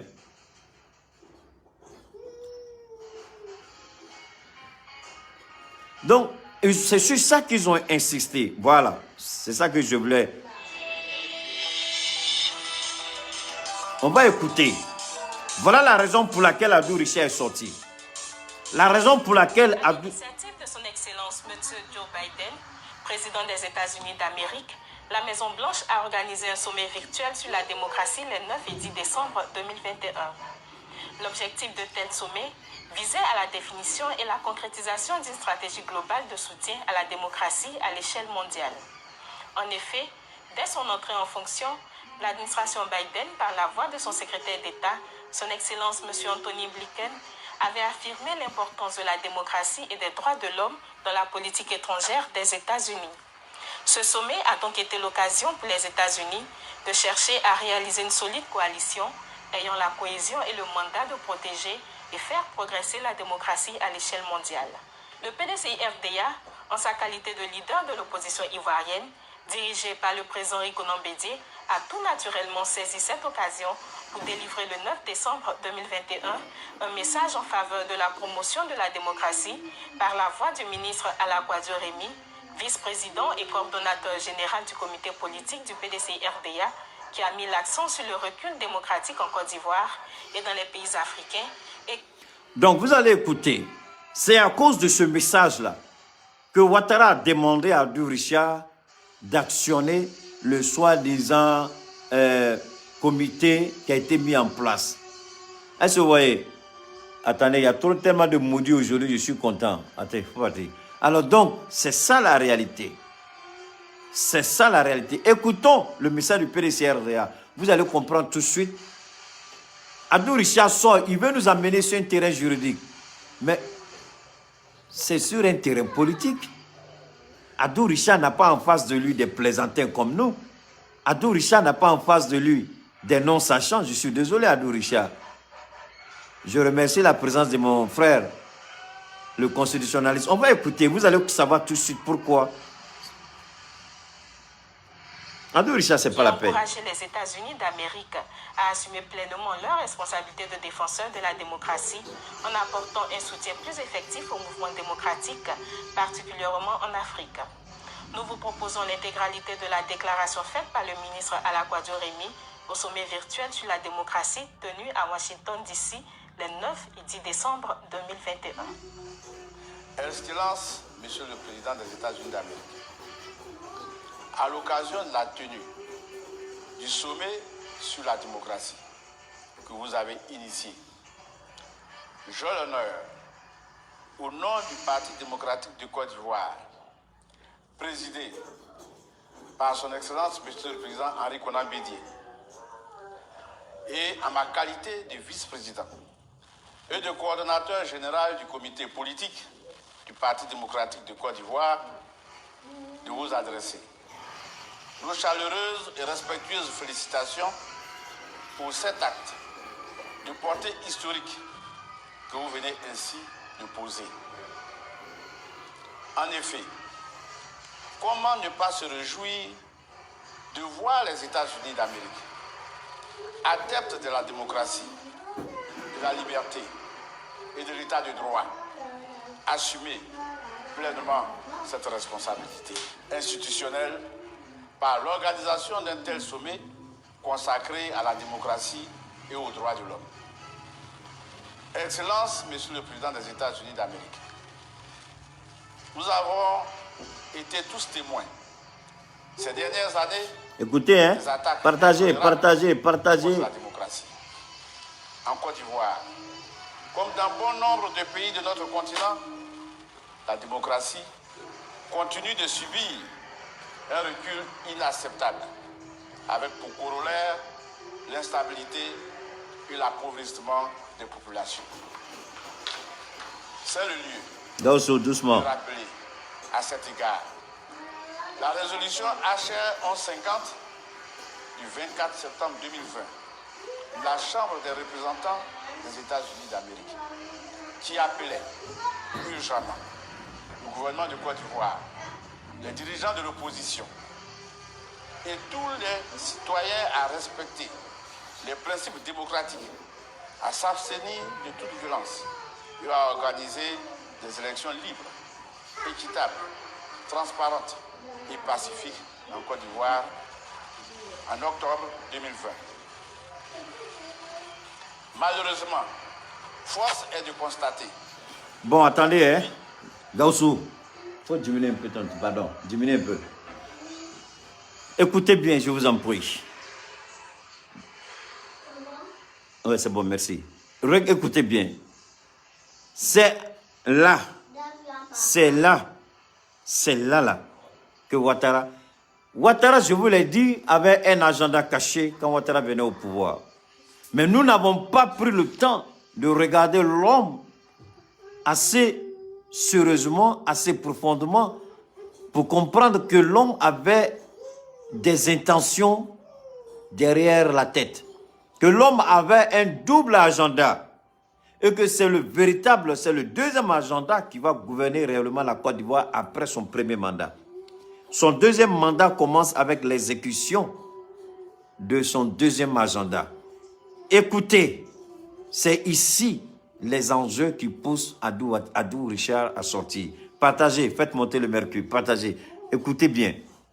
Cette résolution, la dernière élection présidentielle d'octobre 2020 en Côte d'Ivoire n'a été ni libre, ni juste, ni transparente, ni inclusive, ni fiable, donc au total, pas du tout démocratique, et ce, en raison de la volonté du président sortant de briguer un troisième mandat en violation de la constitution ivoirienne qui consacre la limitation du mandat présidentiel à 2 mandats.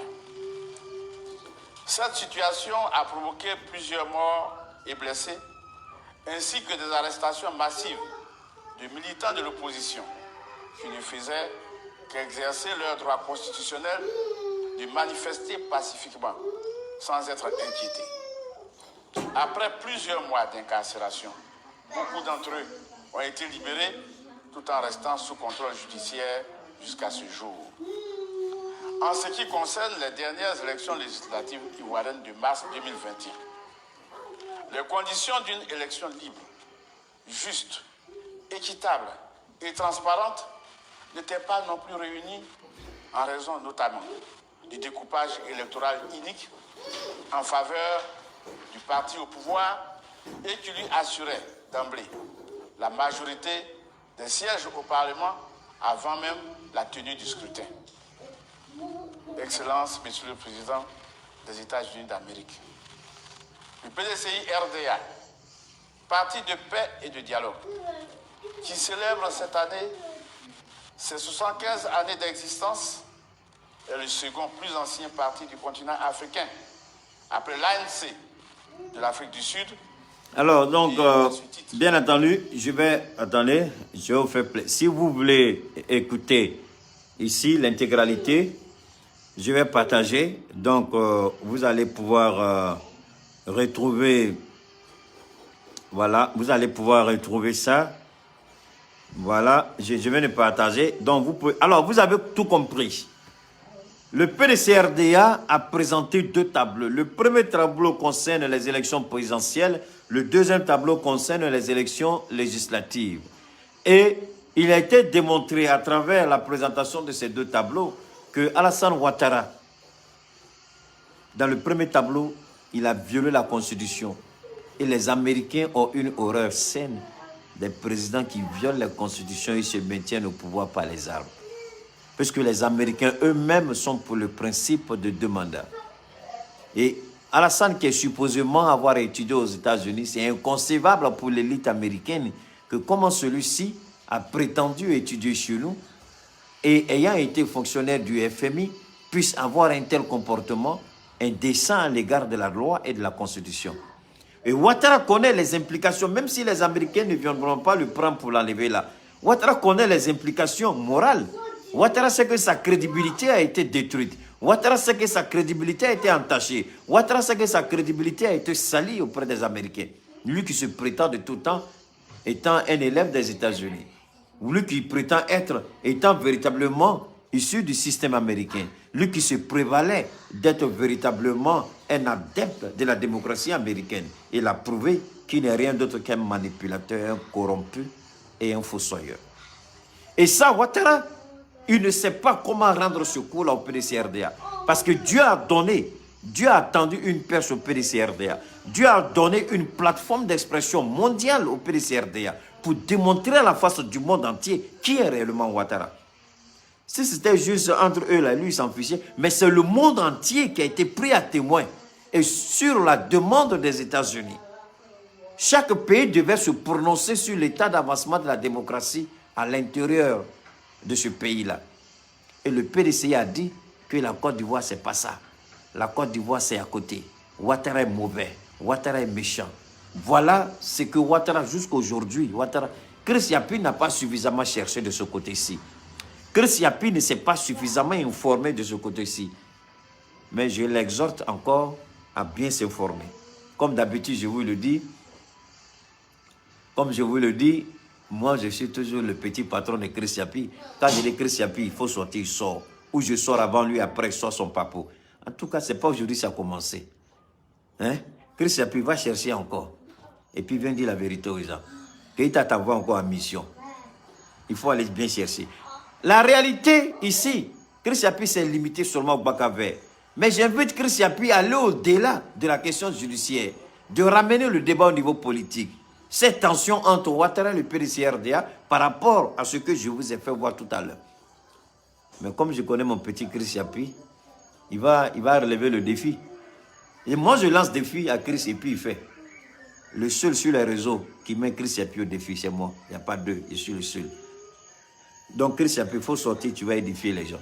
Deuxièmement, la question du découpage électoral. On a vu.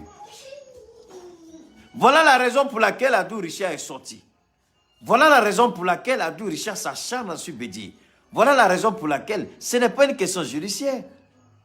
Parce que la question du Bakavé, je le précise, Abdou Richard nous dit les occupants, le français il est clair, les occupants, c'est-à-dire plusieurs personnes. Et ensuite il nous dit le chauffeur il est en fuite. Il est issu d'un fumoir, Yopougon Wasakara. Ah, tu nous dis les occupants, et puis maintenant tu viens nous dire le chauffeur, le propriétaire. Pardon, il dit le propriétaire, pas le chauffeur. Mais si le propriétaire est en fuite et les occupants, mais rien ne nous dit que c'est le propriétaire du Baka qui commettait les crimes. Ce sont les occupants qui commettaient les crimes. Mais si le propriétaire a fui, pourquoi vous ne pouvez pas arrêter les occupants qui commettaient les crimes? Abdou Richard, français là-haut. J'ai dit, moi, Keïta, j'enseigne le français aux petits français. J'enseigne le maniement de la langue de Molière à ceux-mêmes qui sont les petits-fils de Molière. Donc quand tu sors et puis tu parles, je vous demande pardon. Faites des publications, faites des captures d'écran, tout ce que vous voulez. Dites Keïta dit à Abdou Richard, pardon, si tu sors désormais, il faut bien peaufiner ton français avant de sortir. Parce que si tu sors, Keïta va te détruire. Si tu sors, Keïta va te lancer. Et moi, c'est pas blanc, j'ai fait pour moi. Je sors, je dis, tu ne peux pas dire les, et puis après tu viens dire un.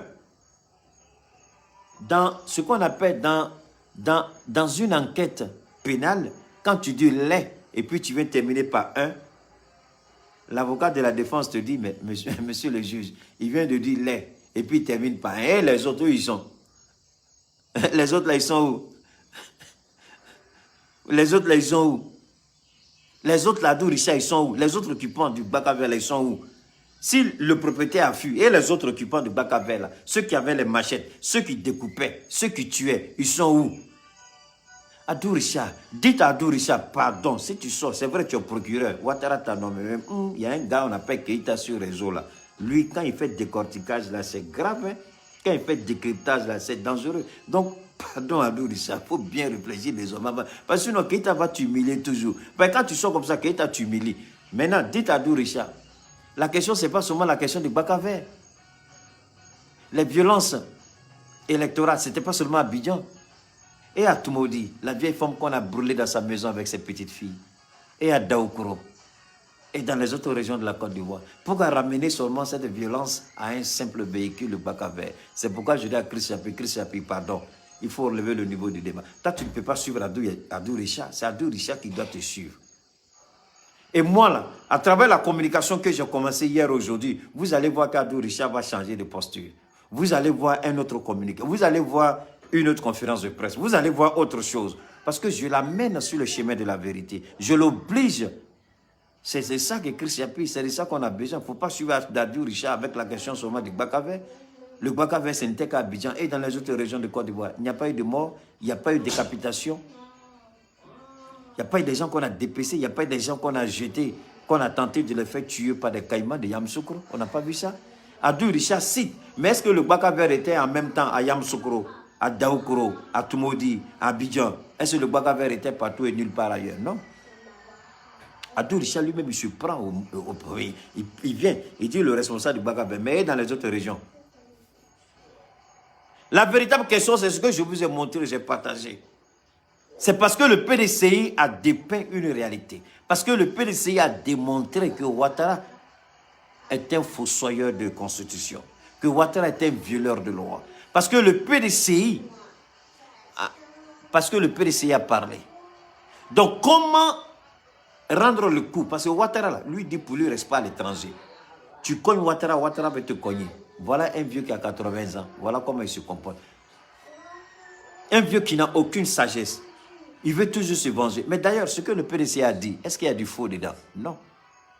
Alors, si Dieu est du côté de la vérité, et que la vérité, c'est celle que le PDC a dit, alors que Dieu soit le défenseur du président Henri Konan-Bédié. Que Dieu vous bénisse, que Dieu vous protège, que Dieu veille sur chacun de nous, chacun de vous. On garde le contact pour une prochaine fois. N'oubliez pas de partager. Même après la déconnexion, partagez-vous.